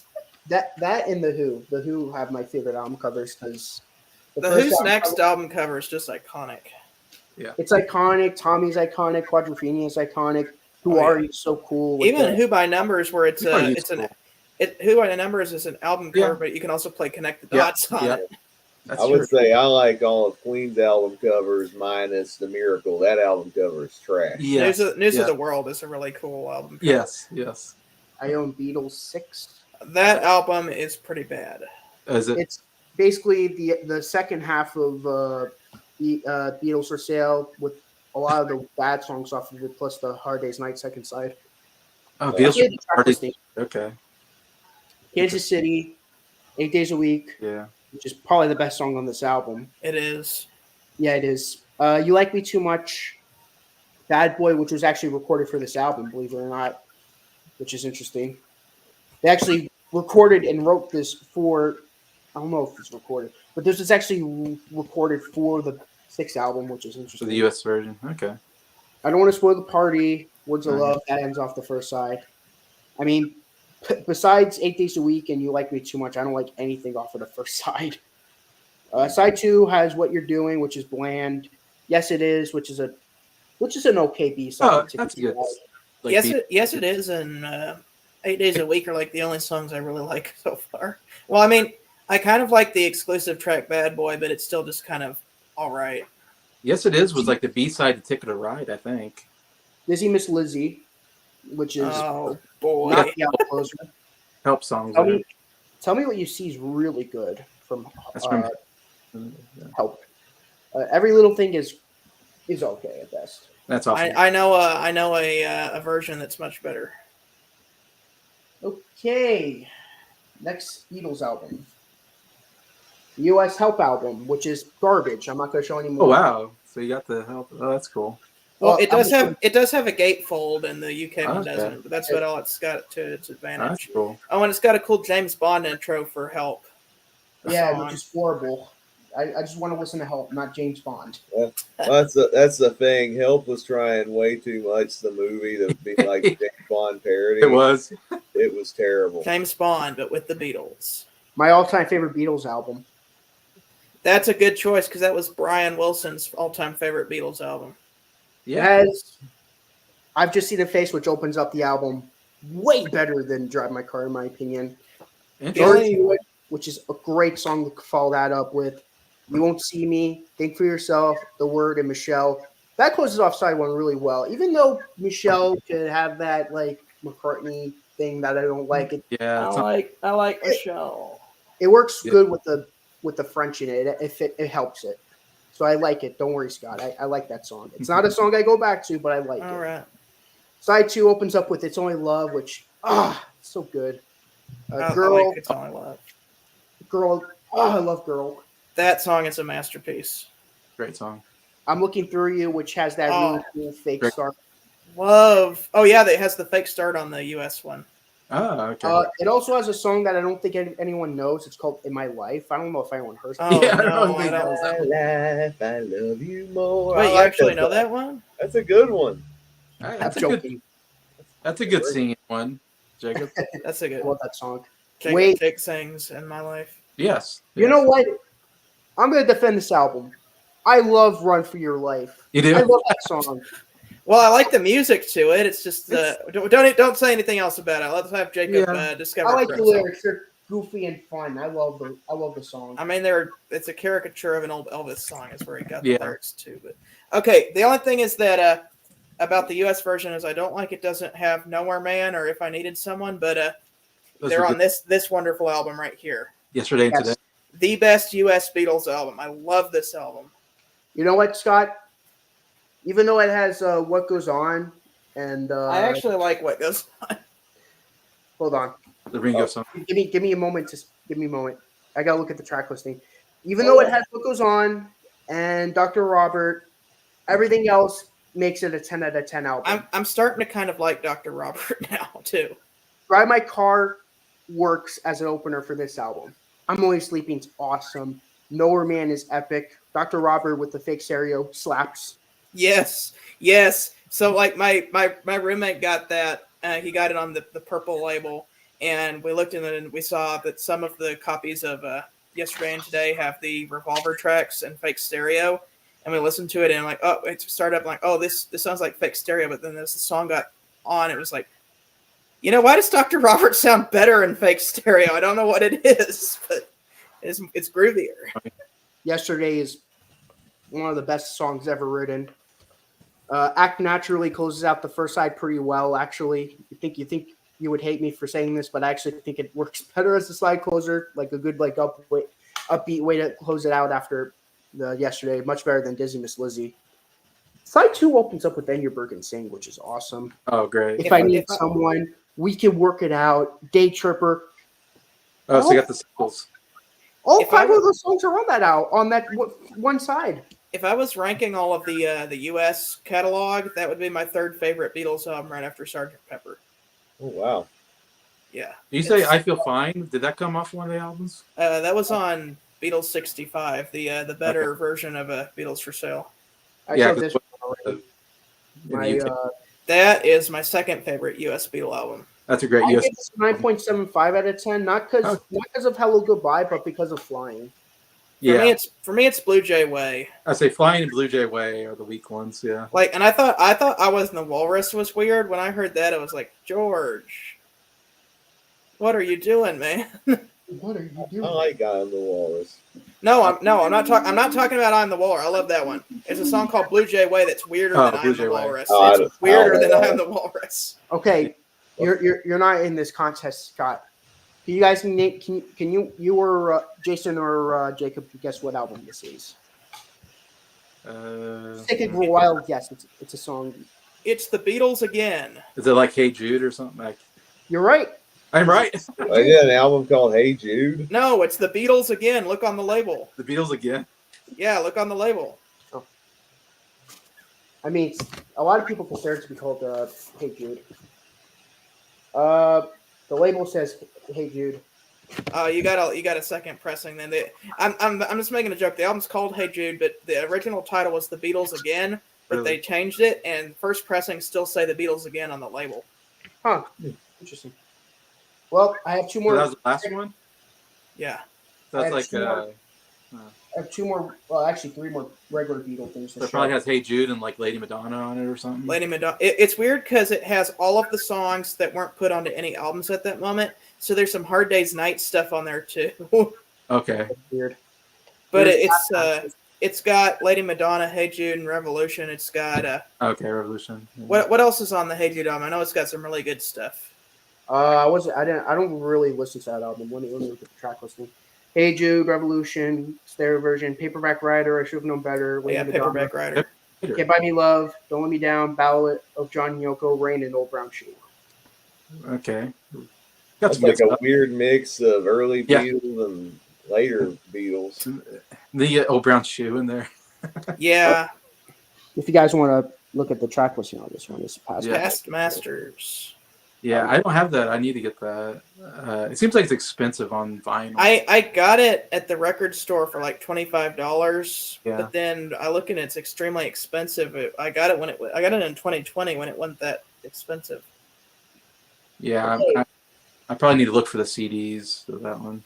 I need to get the red album, but I do own the blue album. Yeah, I need to get those on CD because I used to listen to the red album all the time when I was a kid. That was my introduction to the Beatles. I love those albums. Yeah, those are good introductions. Those are great introductions to the Beatles, to be honest. Sadly, I don't listen to them now because they're more just introduction albums, but I do have them in my collection.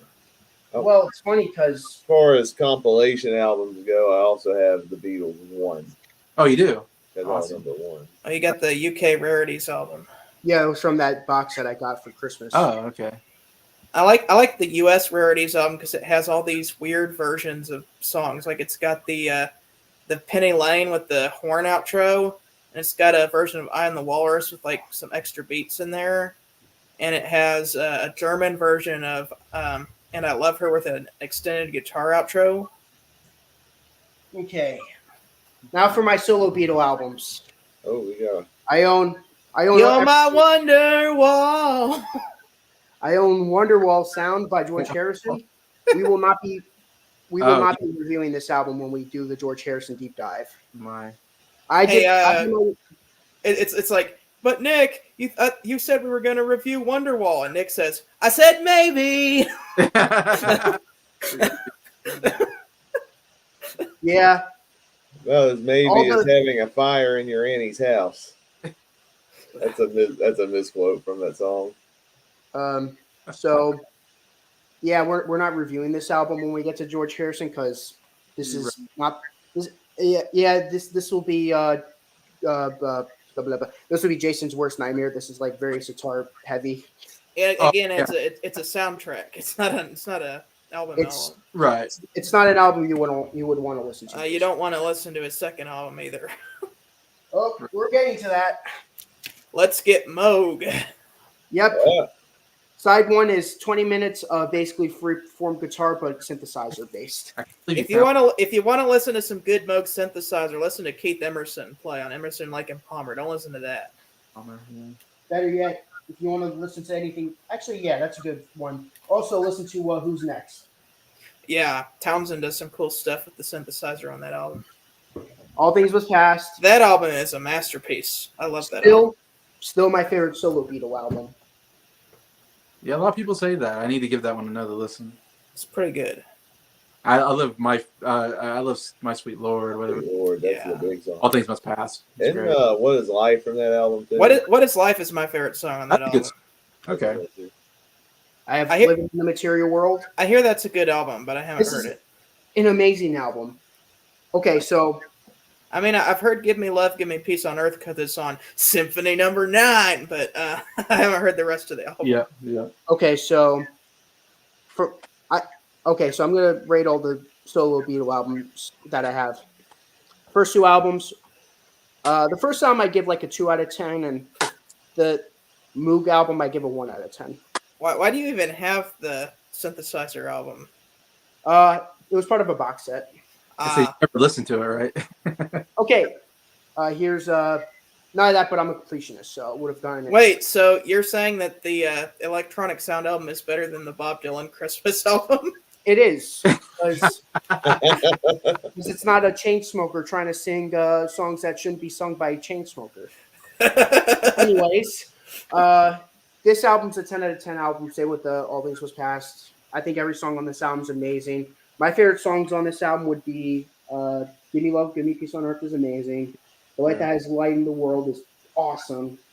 "Living in the Material World," the title track is amazing. "Try Some By Some" is great. That "The Day That the World Gets Around" is probably my favorite on the album, and "That Is Always a Great Closer." Underrated album. I feel like every album besides George Harrison's All Things Was Past is underrated. Dark Colors. I got that one, but I haven't heard it. This album is extremely underrated. I also give this album a 10 out of 10. I like everything off this album. I'd probably say "Ding Dong Ding" is a really goofy song. My favorite song on the album is that song, but another great song is the title track. 10 out of 10 for George. So he's 3 for 3. Here's another underrated album, Extra Texture. That's a cool album cover. That's kind of cool. It actually does have texture to it. Extra texture. Yeah. Very extra. Okay, here's my problem with this. People say this is his most high-pitched album with his vocals, but the song that people like the most is "You," which is his highest vocals. It's like contradicts them. But anyways, I love "You." That's a great song. I love this guitar can't keep from crying. That's like a great follow-up to "My Guitar Gently Weeps." "World of Stone" is amazing. World of Stone. Tired of Midnight Blue is amazing. His name is Legs is a really good closer. Another 10 out of 10 album. You'll never break, never break, never break, never break. Okay. Now I got that in my head. 33 and a Third. Follow up to that album. Again, another 10 out of 10 album. Woman Don't Cry for Me is what a great funky song. Beautiful Girl is really good. This song is amazing. The name of the song is called "This Song." I really like the second half, especially the last 3 songs: "Pure Smoky," "Cracker Box Palace," and "Learning How to Love You." Great songs. I like Cracker Box Palace. Good. Check out that album. Well, we're gonna eventually get to that when we talk about his solo stuff. But I'm excited for that. Here's an album that me, Breyer, and Adam reviewed, self-titled. If you want to see my in-depth thoughts on that album, check it out. I give this a 10 out of 10. Wow. That's a big streak of 10 out of 10s. Yeah, he's got a good streak of 10s. Here's "Somewhere in England." Okay. Another underrated album. People crap on this album. I think it's amazing. No one talks about that one. This is a good album. I love this album. Okay. All Those Years Ago, Teardrops, Blood from a Clone is really good. Baltimore Oriole is good. That Which I Have Lost, I like. Another 10 out of 10 album. Yeah, All Those Years Ago is a great song. I think, if I'm not mistaken, is that a tribute to John Lennon? It is. Okay. And he got Paul and Ringo on that as backing vocals. Oh, really? Yeah. Here's another underrated album by him, Don Trotto. Oh, I thought This that is was his Egypt last Station there for like 5 seconds. So this was his last album before he went on a huge hiatus on making music. Another amazing album. I love Wake Up My Love, I Really Love You, Gone Tropo, Mystical One, Dream Away, Circles. Every song on this album I really enjoy. 10 out of 10. Wow. Cool. I told you I like the solo Beatles. Yeah. Yeah, he doesn't give one Beatle album a 10, but his solos is like 10 Solo stuff. across the board. I got that one. Cloud 9. That's a big That's the actual collaboration with ELO. This is my second favorite album by him. Perfect album. one. Oh, Jeff Lynne. Cloud 9, Fish on the Sand, Just for Today, When We Was Fab, Devil's Radio, Wreck of the Hesperus, and Got My Mindset on You. All amazing songs. Oh, that's some good Yeah, stuff. Got My Mindset on You is awesome. Yeah, 10 out I of got my mindset on. when we 10 were out of 10. good song. But it's gonna make money. I hope I'm not spending money. Okay. Here's his last album. Well, this is his posthumous album, so I don't really count it, but Oh, really? it's a posthumous album. We'll review this because it's all new songs and it's not like a soundtrack or anything. I give this like a 8 out of 10. It's good, but not nearly as good as the albums that you were going for.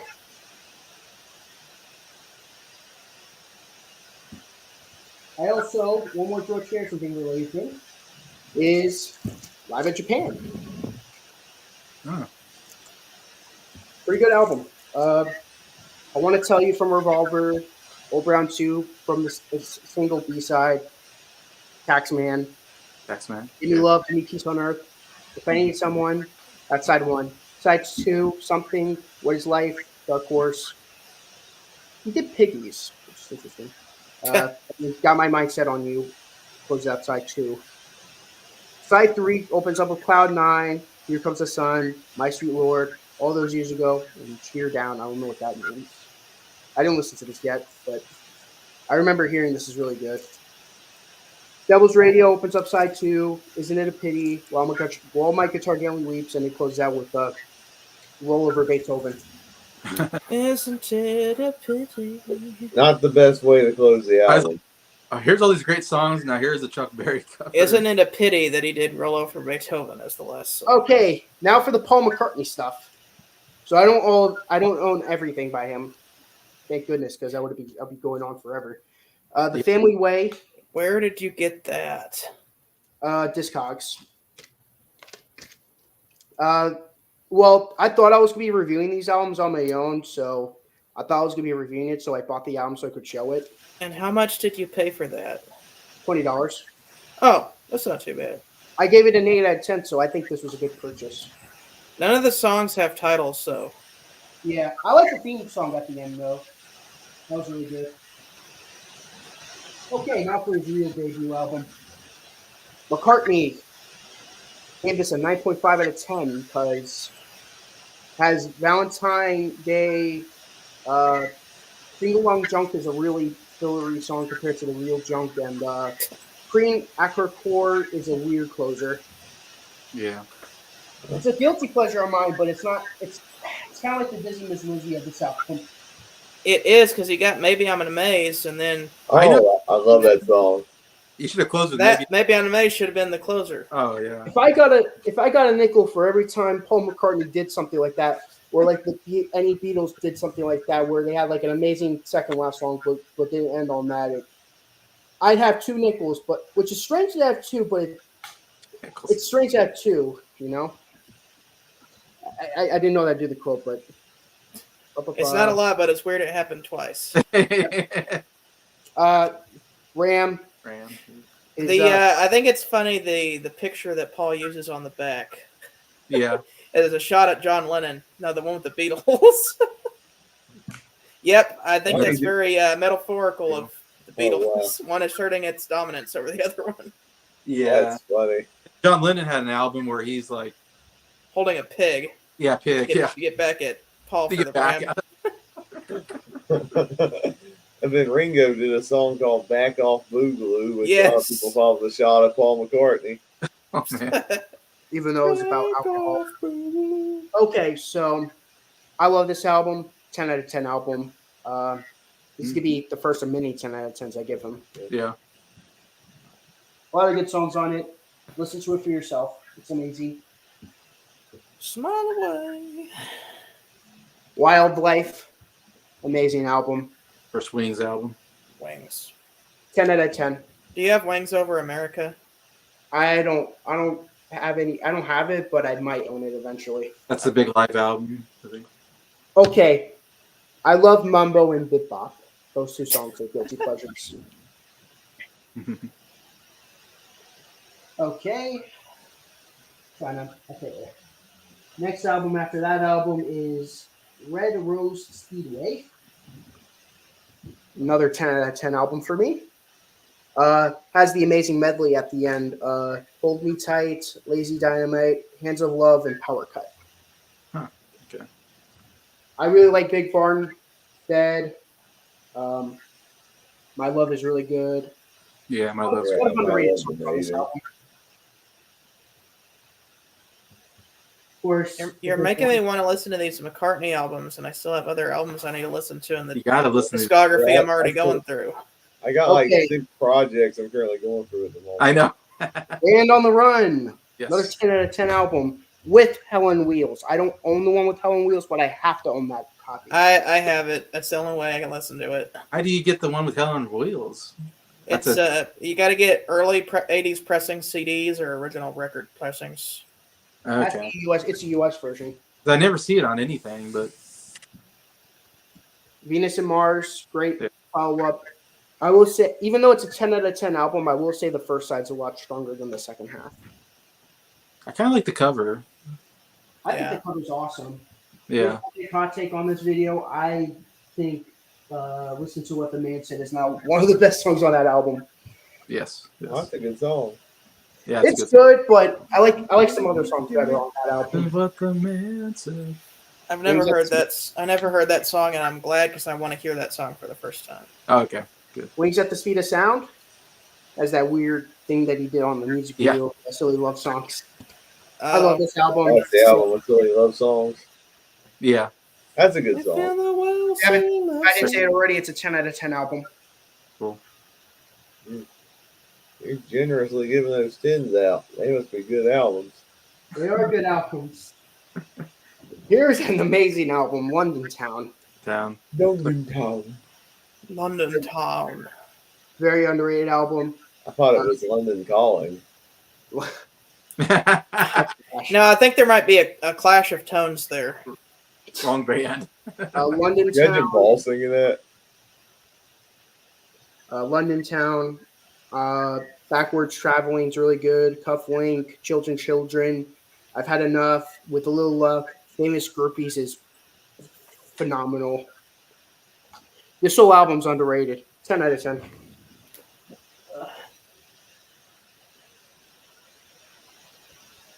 Here, everyone thought I hated the Beatles. Pretty much, you just hate their early stuff, mostly, and some of the Yeah, stuff on the really- White it's Album. really Beatles stuff that I don't like, and that I didn't give any 10 out of 10s to the regular Beatles stuff. That's only really it. It's like when I hear the Beatles stuff Nick doesn't like, it's mainly just like with the Beatles for Sale, and half the stuff on the White Album. Yeah. Yeah, Makes sense, yeah. a little over half. Paul McCartney too. I don't own Back to the Egg, which is their follow-up album, but I would probably give that an 8.75 out of 10. Yeah. This album I give a 9.75 out of 10 because there's two instrumentals that kind of throw me off. It's called Front Parlor and Frozen Jap. I feel like those two were kind of pointless, but the rest of the album I really enjoy. It also has my favorite McCartney track, solo-wise. Temporary. Temporary. I still don't like that song. Me I like, either. I like Coming Up though. Jacob, you might like Don't Go Chasing Waterfalls. That's a great song. Oh, I know that song. TLC. Yeah, because that's a cover of that song. Paul McCartney. He does it a bit slower than he does the cover, but Here's Tug of War, Yeah. my favorite McCartney album so far. Oh, cool. Yeah. It's good. I know I said I don't want to spoil it, but there I spoiled it. all right. Good cover too. Okay, that's all my McCartney albums. I give that 10 out of 10, by the way. Okay. Here we start the Ringo albums. Luke Hoops Blues, His country album, aka second $15 album. Fine. That's a good song. Yeah. I love this album. Yes. Has the amazing $15 draw on it, which is $15 underrated. draw. $15 draw. What do you mean? I thought that was on the Beatles "We All Shine On" album. Yeah. I love Blue Cups of Blues, the title track. Fastest Growing Heartache in the West. Whining Women and Loud Happy Songs is really good. Really underrated album. 10 out of 10. Ooh.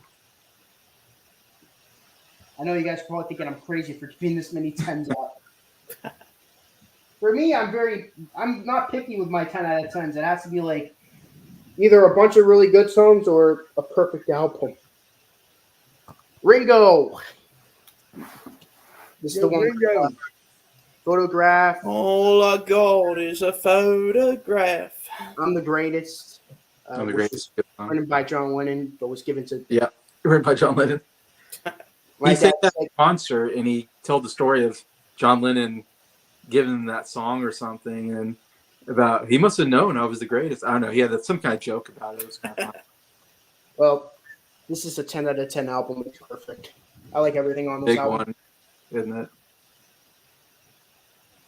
I don't own as much Ringo as I did with Paul and George. Here's my copy of Goodnight Vienna. This album's amazing. Goodnight Vienna, acapella, Ooh Wee is amazing.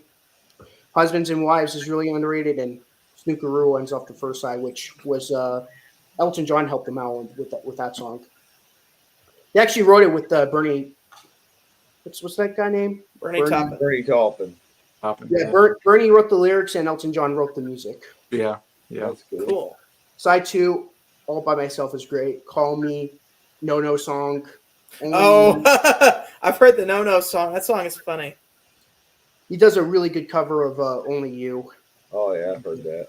Easy for Me and Goodnight Vienna reprise. No, I don't smoke it no more. Oh. Okay. I own this album, Roto. I don't know how to pronounce that. Ringo's Rotograph. Rotograph you. I don't know. I'm going to be honest, I never heard the sound before, but I thought the album was really cool. It's Okay. Ringo as Sherlock Holmes. Okay. Do you know my introduction to Ringo Starr was him narrating Thomas the Tank Engine? I was gonna say the Shiny Time Station. Yeah, I bet us talking about him, Brian might show up. No, he's not going to show up because we have to say Queen. Oh, Yeah. that's Queen, once. Queen. Yeah, let's see if Briar shows up. See if he shows up. Here's Ringo the Fourth, which that is a terrible album That's cover. an album cover. Yeah. What the heck is that? people call this his worst album. Some people. Yeah, it was on Todd and the Shadows Train Record series. Okay. Really? Well, before I say anything, Goodnight Vienna is a 10 out of 10. I don't know if I said that already. That Rogue thing I'd never heard before. Road I to heard- War. I heard the sound before. I'd give it an 8 Oh out. no! Oh, how? Oh, he showed up. I can't believe it. It's a kind of magic. It's, Yes. Come on, bro. You have to join us now. Just it kidding. is magic. Where every time I say Queen, he shows up. It's insane. Or I maybe, know. maybe he was It's like- just it's watching like- and didn't want to comment. It's like Briar has a psychic connection. Like Yes. the word Queen pops up and he hears it somewhere and it calls him. Like Okay. Moana. Like a genie or something. Okay, I give this album an 8 out of 10, though. It's not bad. It's not as bad as they say it is. I've heard the song Drowning in the Sea of Love, which is like Ringo trying to do disco. Oh, no. Very weird song, but I kind of like it. It's kind of Here's an album that me, Mr. Mustard, really likes. Oh, Uh, I've heard part of Race. that album. I've heard Back Off Boogaloo, and there's a song on there where Ringo's like, "Buy my album." It's literally Ringo like, "You, sir, over there, would you like to buy my album?" I love this album. That's like on that Led Zeppelin album where it's like, where's the bridge at? Briar's too tired. I love this album. Have you seen the bridge? I think it's a 10 out of 10. I love everything off this album. I think this album gets a bad rap. I like what I've heard from it. Okay, now we've reached the last Beatle. Oh, Johnny boy. John Lennon. Let's see what he has in store for us. Gonna band. Pasacona Band. Really good album. Some pretty bad songs on it. You know what's messed up about that album, or not that album, but a different album, is that Yoko Ono released a band with the exact same name and the exact same front cover, and so a lot of people bought it misthinking that it was the John Lennon album and put it on just to get. Oh no! Okay, so I'll tell you all the songs I like. I really like Mother. I love Hold On. Working Class Hero is amazing. Great. Isolation's enjoyable. Remember is really good. Love is really good. Look at Me, and My Mummy Said's actually pretty good. I found out Well, and God, I really don't like. Those songs are garbage. God is a weird one. Yeah. Is that the one where he's like, I don't believe in the Beatles. I only believe in me. I don't believe. He's like, I don't believe in God, and I don't believe in the Beatles, and I don't. It's just all rambling nonsense, in my opinion. It's rambling. Yeah. I give it like a 9 out of 10 for the strong songs, but it would be a 10 out of 10 if it wasn't for those. I just believe in me. Oh, well, it's just him being like, well. I think people said Paul McCartney had some dumb songs. Every one of the Beatles has some dumb songs. Yes. Okay, well, so again, Ringo had some dumb songs, but they're dumb fun. I'm be like the series. $15 draw is dumb, but it's funny dumb, and I love it. I think McCartney's way better than Plastic Ono Band, in my opinion. Plastic Ono Band has those three really bad songs on it.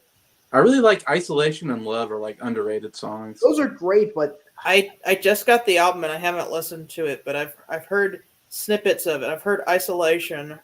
That song is amazing. I heard a little bit of Mother because I put it on at the record store.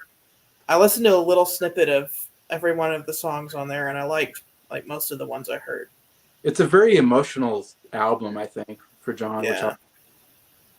Yeah. Imagine Nearly a Perfect Album. There's two bad songs that I really don't like back to back, and there's How Do You Sleep, which is just an okay song. I give that album also a 9 out of 10. The thing about How Do You Sleep is it's a good song, but I think he just ramped up on the anger too much on that one. Yes. And George was there, and George even looked at him like, John, like you're going a little too far. Well, I've heard that there's versions that are even worse than what the final product is, so... Yeah, that could be. Sometime in New York City. Sometime in New York City. I had to censor some things. You didn't censor the N-word there in the middle. I only have two arms. I'm not a. Yeah, that's my least favorite John song. Yeah. I can't listen to that song. It's just. Yeah. The back cover is a lot more family friendly. And I seen him he did like this interview with a famous interview guy, and he plays some songs. It's him and Yoko are getting interviewed, and he keeps using the N-word, and I'm like, John, like, stop using the N-word. Yeah, it's horrible. Racist John. Do I even? Plastic Ono Band's Briar's favorite album. Okay, so do I even have to give an album rating for that album? Well, the second disc has Keith Moon on it. Yeah. Briar says it's straight trash. I'm not even going to listen to that album when I listen to the John albums. It's garbage. Garbage. Well, didn't Yoko on half that album? Yes. When we do the John Lennon albums with that in our solo Beatle dive, is anyone else gonna join me on that album? Yeah, I'll join you. I'll join just to experience it. Okay, if Jason and Jacob are gonna do it, then I'll suffer through it with you guys, and we can have a Mr. Wonderful and just trash it. Yeah. Oh yeah. The first track we're not going to say the name of. We're just going to say. Yeah. Gonna say is the and so forth. It's a problematic song. It's the first song on the first album, which is garbage. Sister Oh Sister, believe it or not, it's the best song on the album. Is that a Yoko song though? It is. That should prove how bad the John songs are. Wow. Oh boy. Wow. It's like Yoko was having John do all this weird stuff, and it's like he's not like the same John Lennon who was writing great stuff like Strawberry Fields and like right, all those great. My biggest problem with this album is that it's too preachy. It's way the first album too political. Okay, so here's the knob on the preachy stuff. At the end of the Beatles, it's like very low. Plastic Ono Band, it turns it up a little. Imagine it turns up a little more. Sometime in New York City turns that way up on the preachiness. Yeah. He turns it down on the next one. He was way too preachy on this album. It's Okay. garbage. It's like his work at this time is either too political or too artsy. He is very political, yeah. I don't want to hear your political thoughts. Yeah. The thing about some of his political stuff he was doing earlier with like political stuff like everybody can attest to, like all you need is love. Peace. That's a message everyone can get behind. Yeah, and even his Christmas song, Happy Christmas. That's a message everyone can get behind. Yeah. But like as soon as you start like getting to picking, you do like Imagine, which is like it's the too world communistic. would be much better if you had no countries and you had no religions. It's like, okay, what? I disagree. That don't make sense. Okay, guys. I heard he even said it. He was trying to basically just make the Communist Manifesto in a way that people could listen to it. And it's like, no. Yeah. After I read that comment, I'm like, I hate that song. I like the music, but I don't like the lyrics are too, like Nick said, too preachy. Yeah. Well, my dad even said it, like he pointed out, he's like, this is a communist song. I'm like, I know, he said that. I much prefer Only a Fool Would Say That by Steely Dan. Yeah, he did that. The answer to Imagine. That's the Only a fool would say Let's talk about a good album now. Mind really good album. This is John Lennon's Mind Games. Yeah. And you know what? Now that I think about it, this is his only 10 out of 10 album. This is amazing. I love the title track. That's my all-time favorite solo Beatles song. I like what I've heard from that album. Seems a lot more just fun and less John being too serious. No preachiness. I mean, there is one song that's close to it, but it's actually catchy. I guess since we're talking about John Lennon, I might as well talk about the other albums. Walls and Bridges. It's a good album. I like the singles off of it better. Whatever Gets You Through the Night and Number 9 Dream. Those are good songs. I heard those today. Rock and Roll, garbage. It's a contractual obligation album to fulfill a lawsuit with Chuck Berry. That's all that album was. Unfinished. Since I'm talking about every John Lennon album, since he had not many. I will not listen to the first three albums. I'll listen to Sometime in New York City, but I will not listen to the first three albums. Oh, I didn't say we were. We're not doing the Family Way. We're not doing the Three Firemen album. We're not doing the past George stuff, like the two George stuff. We're not doing the John Lennon stuff. When we do the Soul Beatles stuff, we're starting in 1970 when they broke up. Okay. Don't worry. Please, don't worry. Okay. 1970s, the start. Unfinished Music, number 1 and 2. All two of those could go in a dumpster. They're garbage. The Way In album, the first side is literally John, Yoko, John, Yoko for 20 goddamn minutes. Is that it? Is that it? That's side 1. Yeah, that's like nothing other than that. And side 2 is literally just Revolution. And I bet you people bought that just because it had John Lennon's name on it. It didn't even have his name. It just had a photo of them. And is that the album where they're naked, or am I? No, that's the first. That's the first one. Please don't remind me of that. That's horrible. That's like the worst album cover ever. That's the worst album cover. It makes Mr. Wonderful look like Dark Side of the Moon. Yes. Yes, I agree with that statement. I can't believe I'm agreeing with that statement, but Because at least Mr. Wonderful, Two he's Virgin like, album cover makes Mr. Wonderful look like Dark Side of the Moon. Yeah, exactly. or like Abbey Road in Because comparison. at least Mr. Wonderful has a bush. Yeah. Oh man. And then like the second half of literally most of these experimental albums before Plastic Ono Band is just Revolution 10, Revolution 11, Revolution 13, Revolution 39, Queen reference. It's like The year it's the garbage. Volunteers went up. Okay, here's his last like album that he made while he was alive. Double Fantasy. Double fan. Really enjoy this album. Album of the year. It's John Lennon stuff, that is. It's half a masterpiece and half a garbage album. Yeah, it's like, why can we have the single fantasy version? Yeah, could have seen. Yeah, I want to. Part of me Yes. wants to give it a 5 out of 10 because it's like half a really good album and half a bad album. But I know. songs like Just Like Starting Over, Beautiful Oh, man. Boy, Watching the Wheels and Woman, those songs bring it up 3 points actually. So I give it like an 8 out of 10. That's like a 10 out of 10 album just with those songs. Yeah, I but agree. then you have I agree. Then you have Kiss, Kiss, Kiss. Kiss, kiss, kiss. something I never wanted to hear. But Yoko, I heard it might be the worst singer ever. I Yes. heard it was bad, so I listened to it. You can't unhear that song. And you're not exaggerating.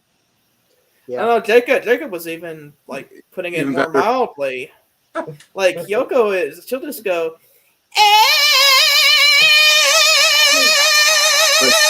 You want to hear the most annoying sound? Yeah.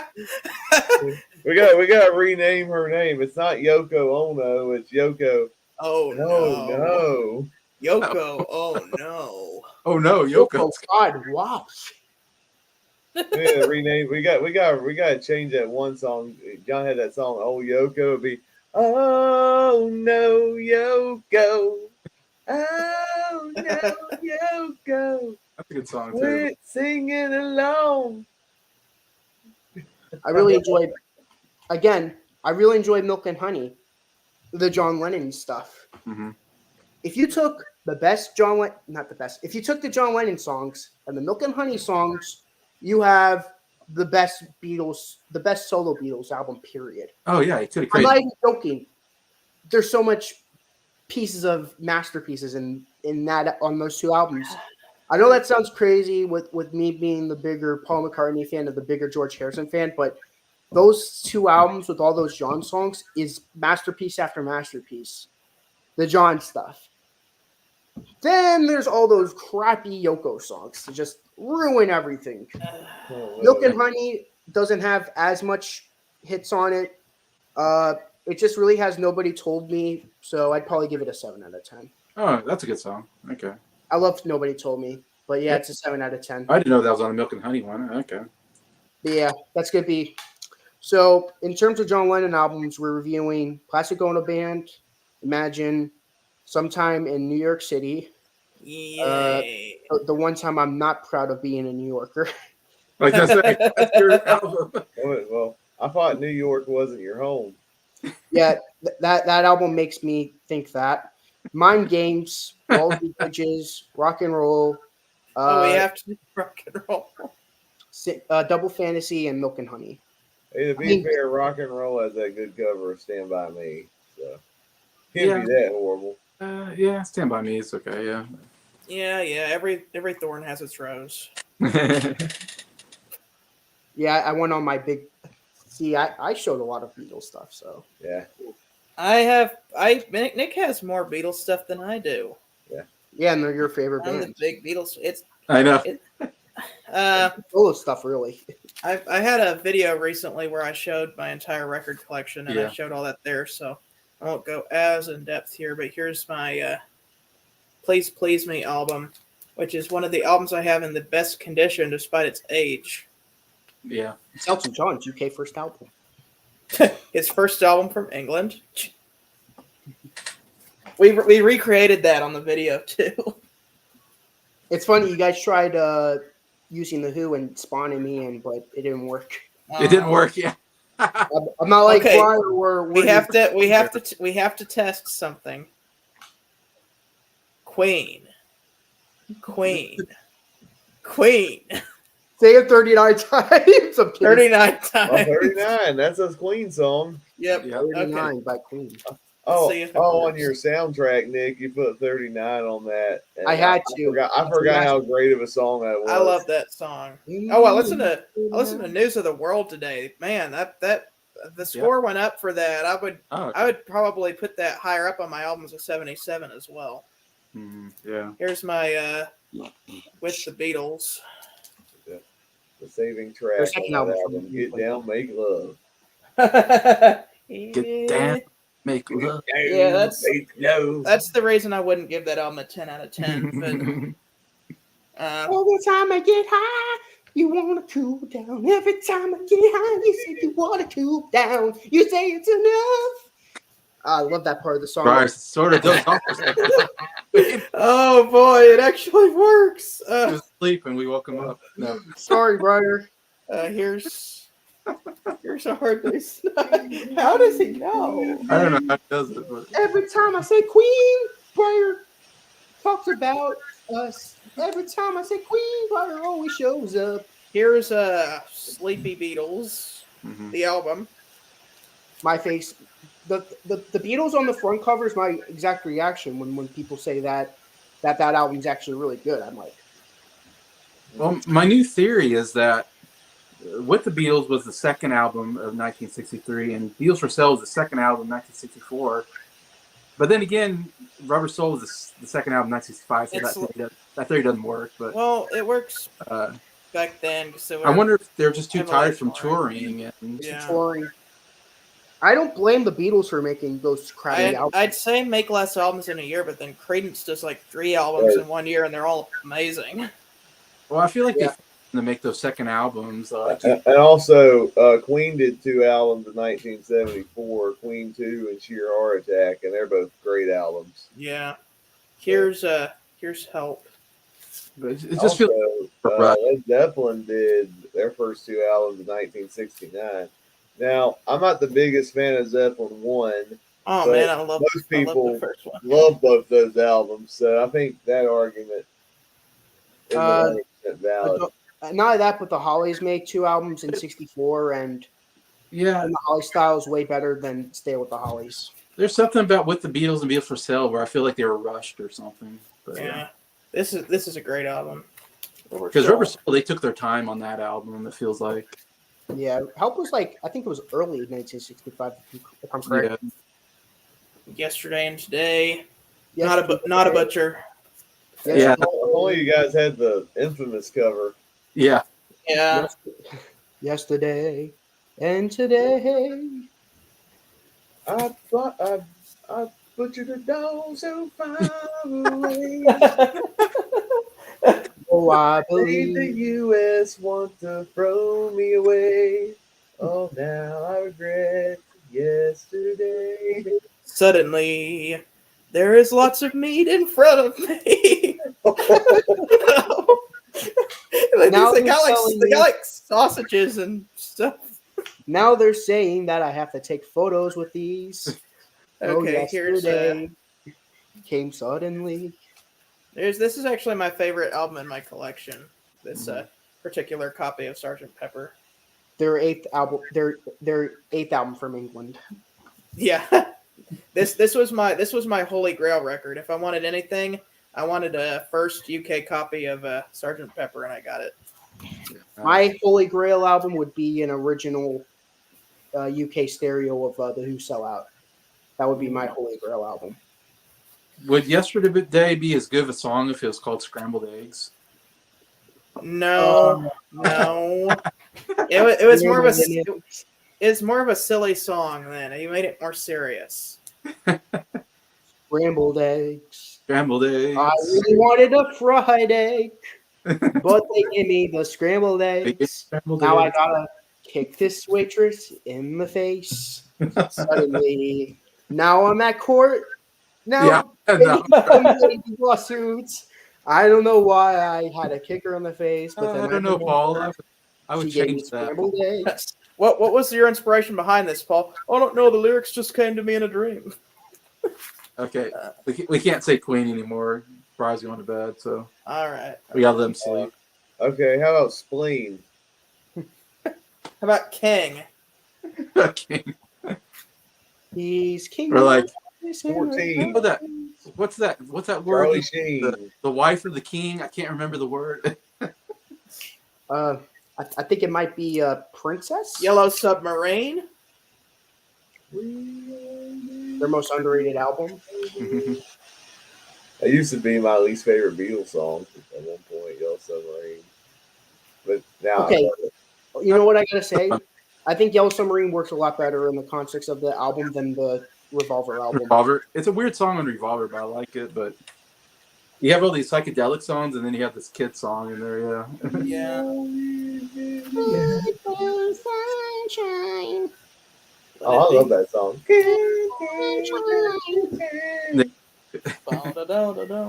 I don't like that song. I got the red and the blue. I got Past Masters, and then I got the 12-inch single of Now and Then. Yes, Now and Then. The song I still haven't heard yet, and probably never will. We need to give it a spleen. Let's see. Spleen and their debut single "Keep Yourself Dead." They also released such songs such as All Alive, All Alive. and Keep yourself alive. Armenian Concerto. I really like Stay Away From Me, Get Up. I love Another One Licks the Ground. I love Over Pressure. And Somebody to Hate is pretty good too. Somebody. I love Hot Dog. What? I'm looking. Cool Cat. I like March of the White King.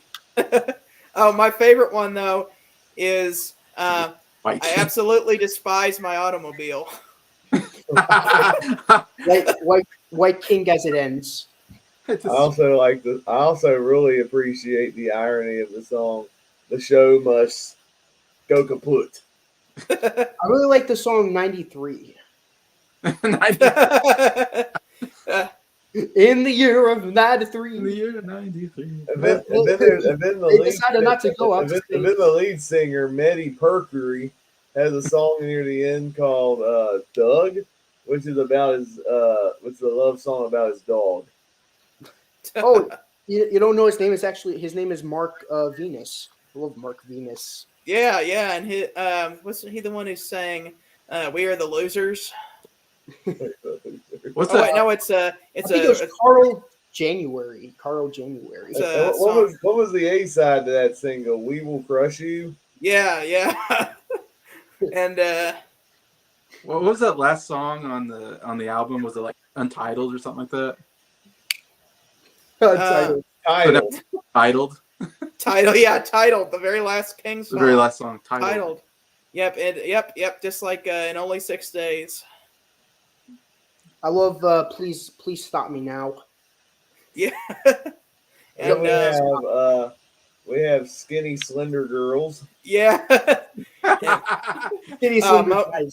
Moped Race is one of my favorites. Y'all are sleeping on that one song. Y'all are sleeping on that one song from Very Very Long Heart Attack. It's called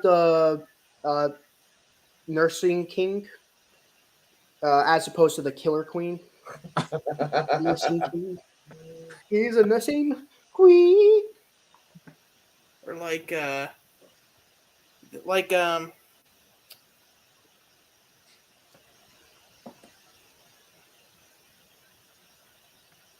don't know. I really like A Night at the Races, as opposed to the It's The Day of midnight the- in the street. A Thanks Day for of the Opera. Yeah, Celebrating the Beatles it's with Jess. it's early. Jason and friends. So thank you. You're welcome. We have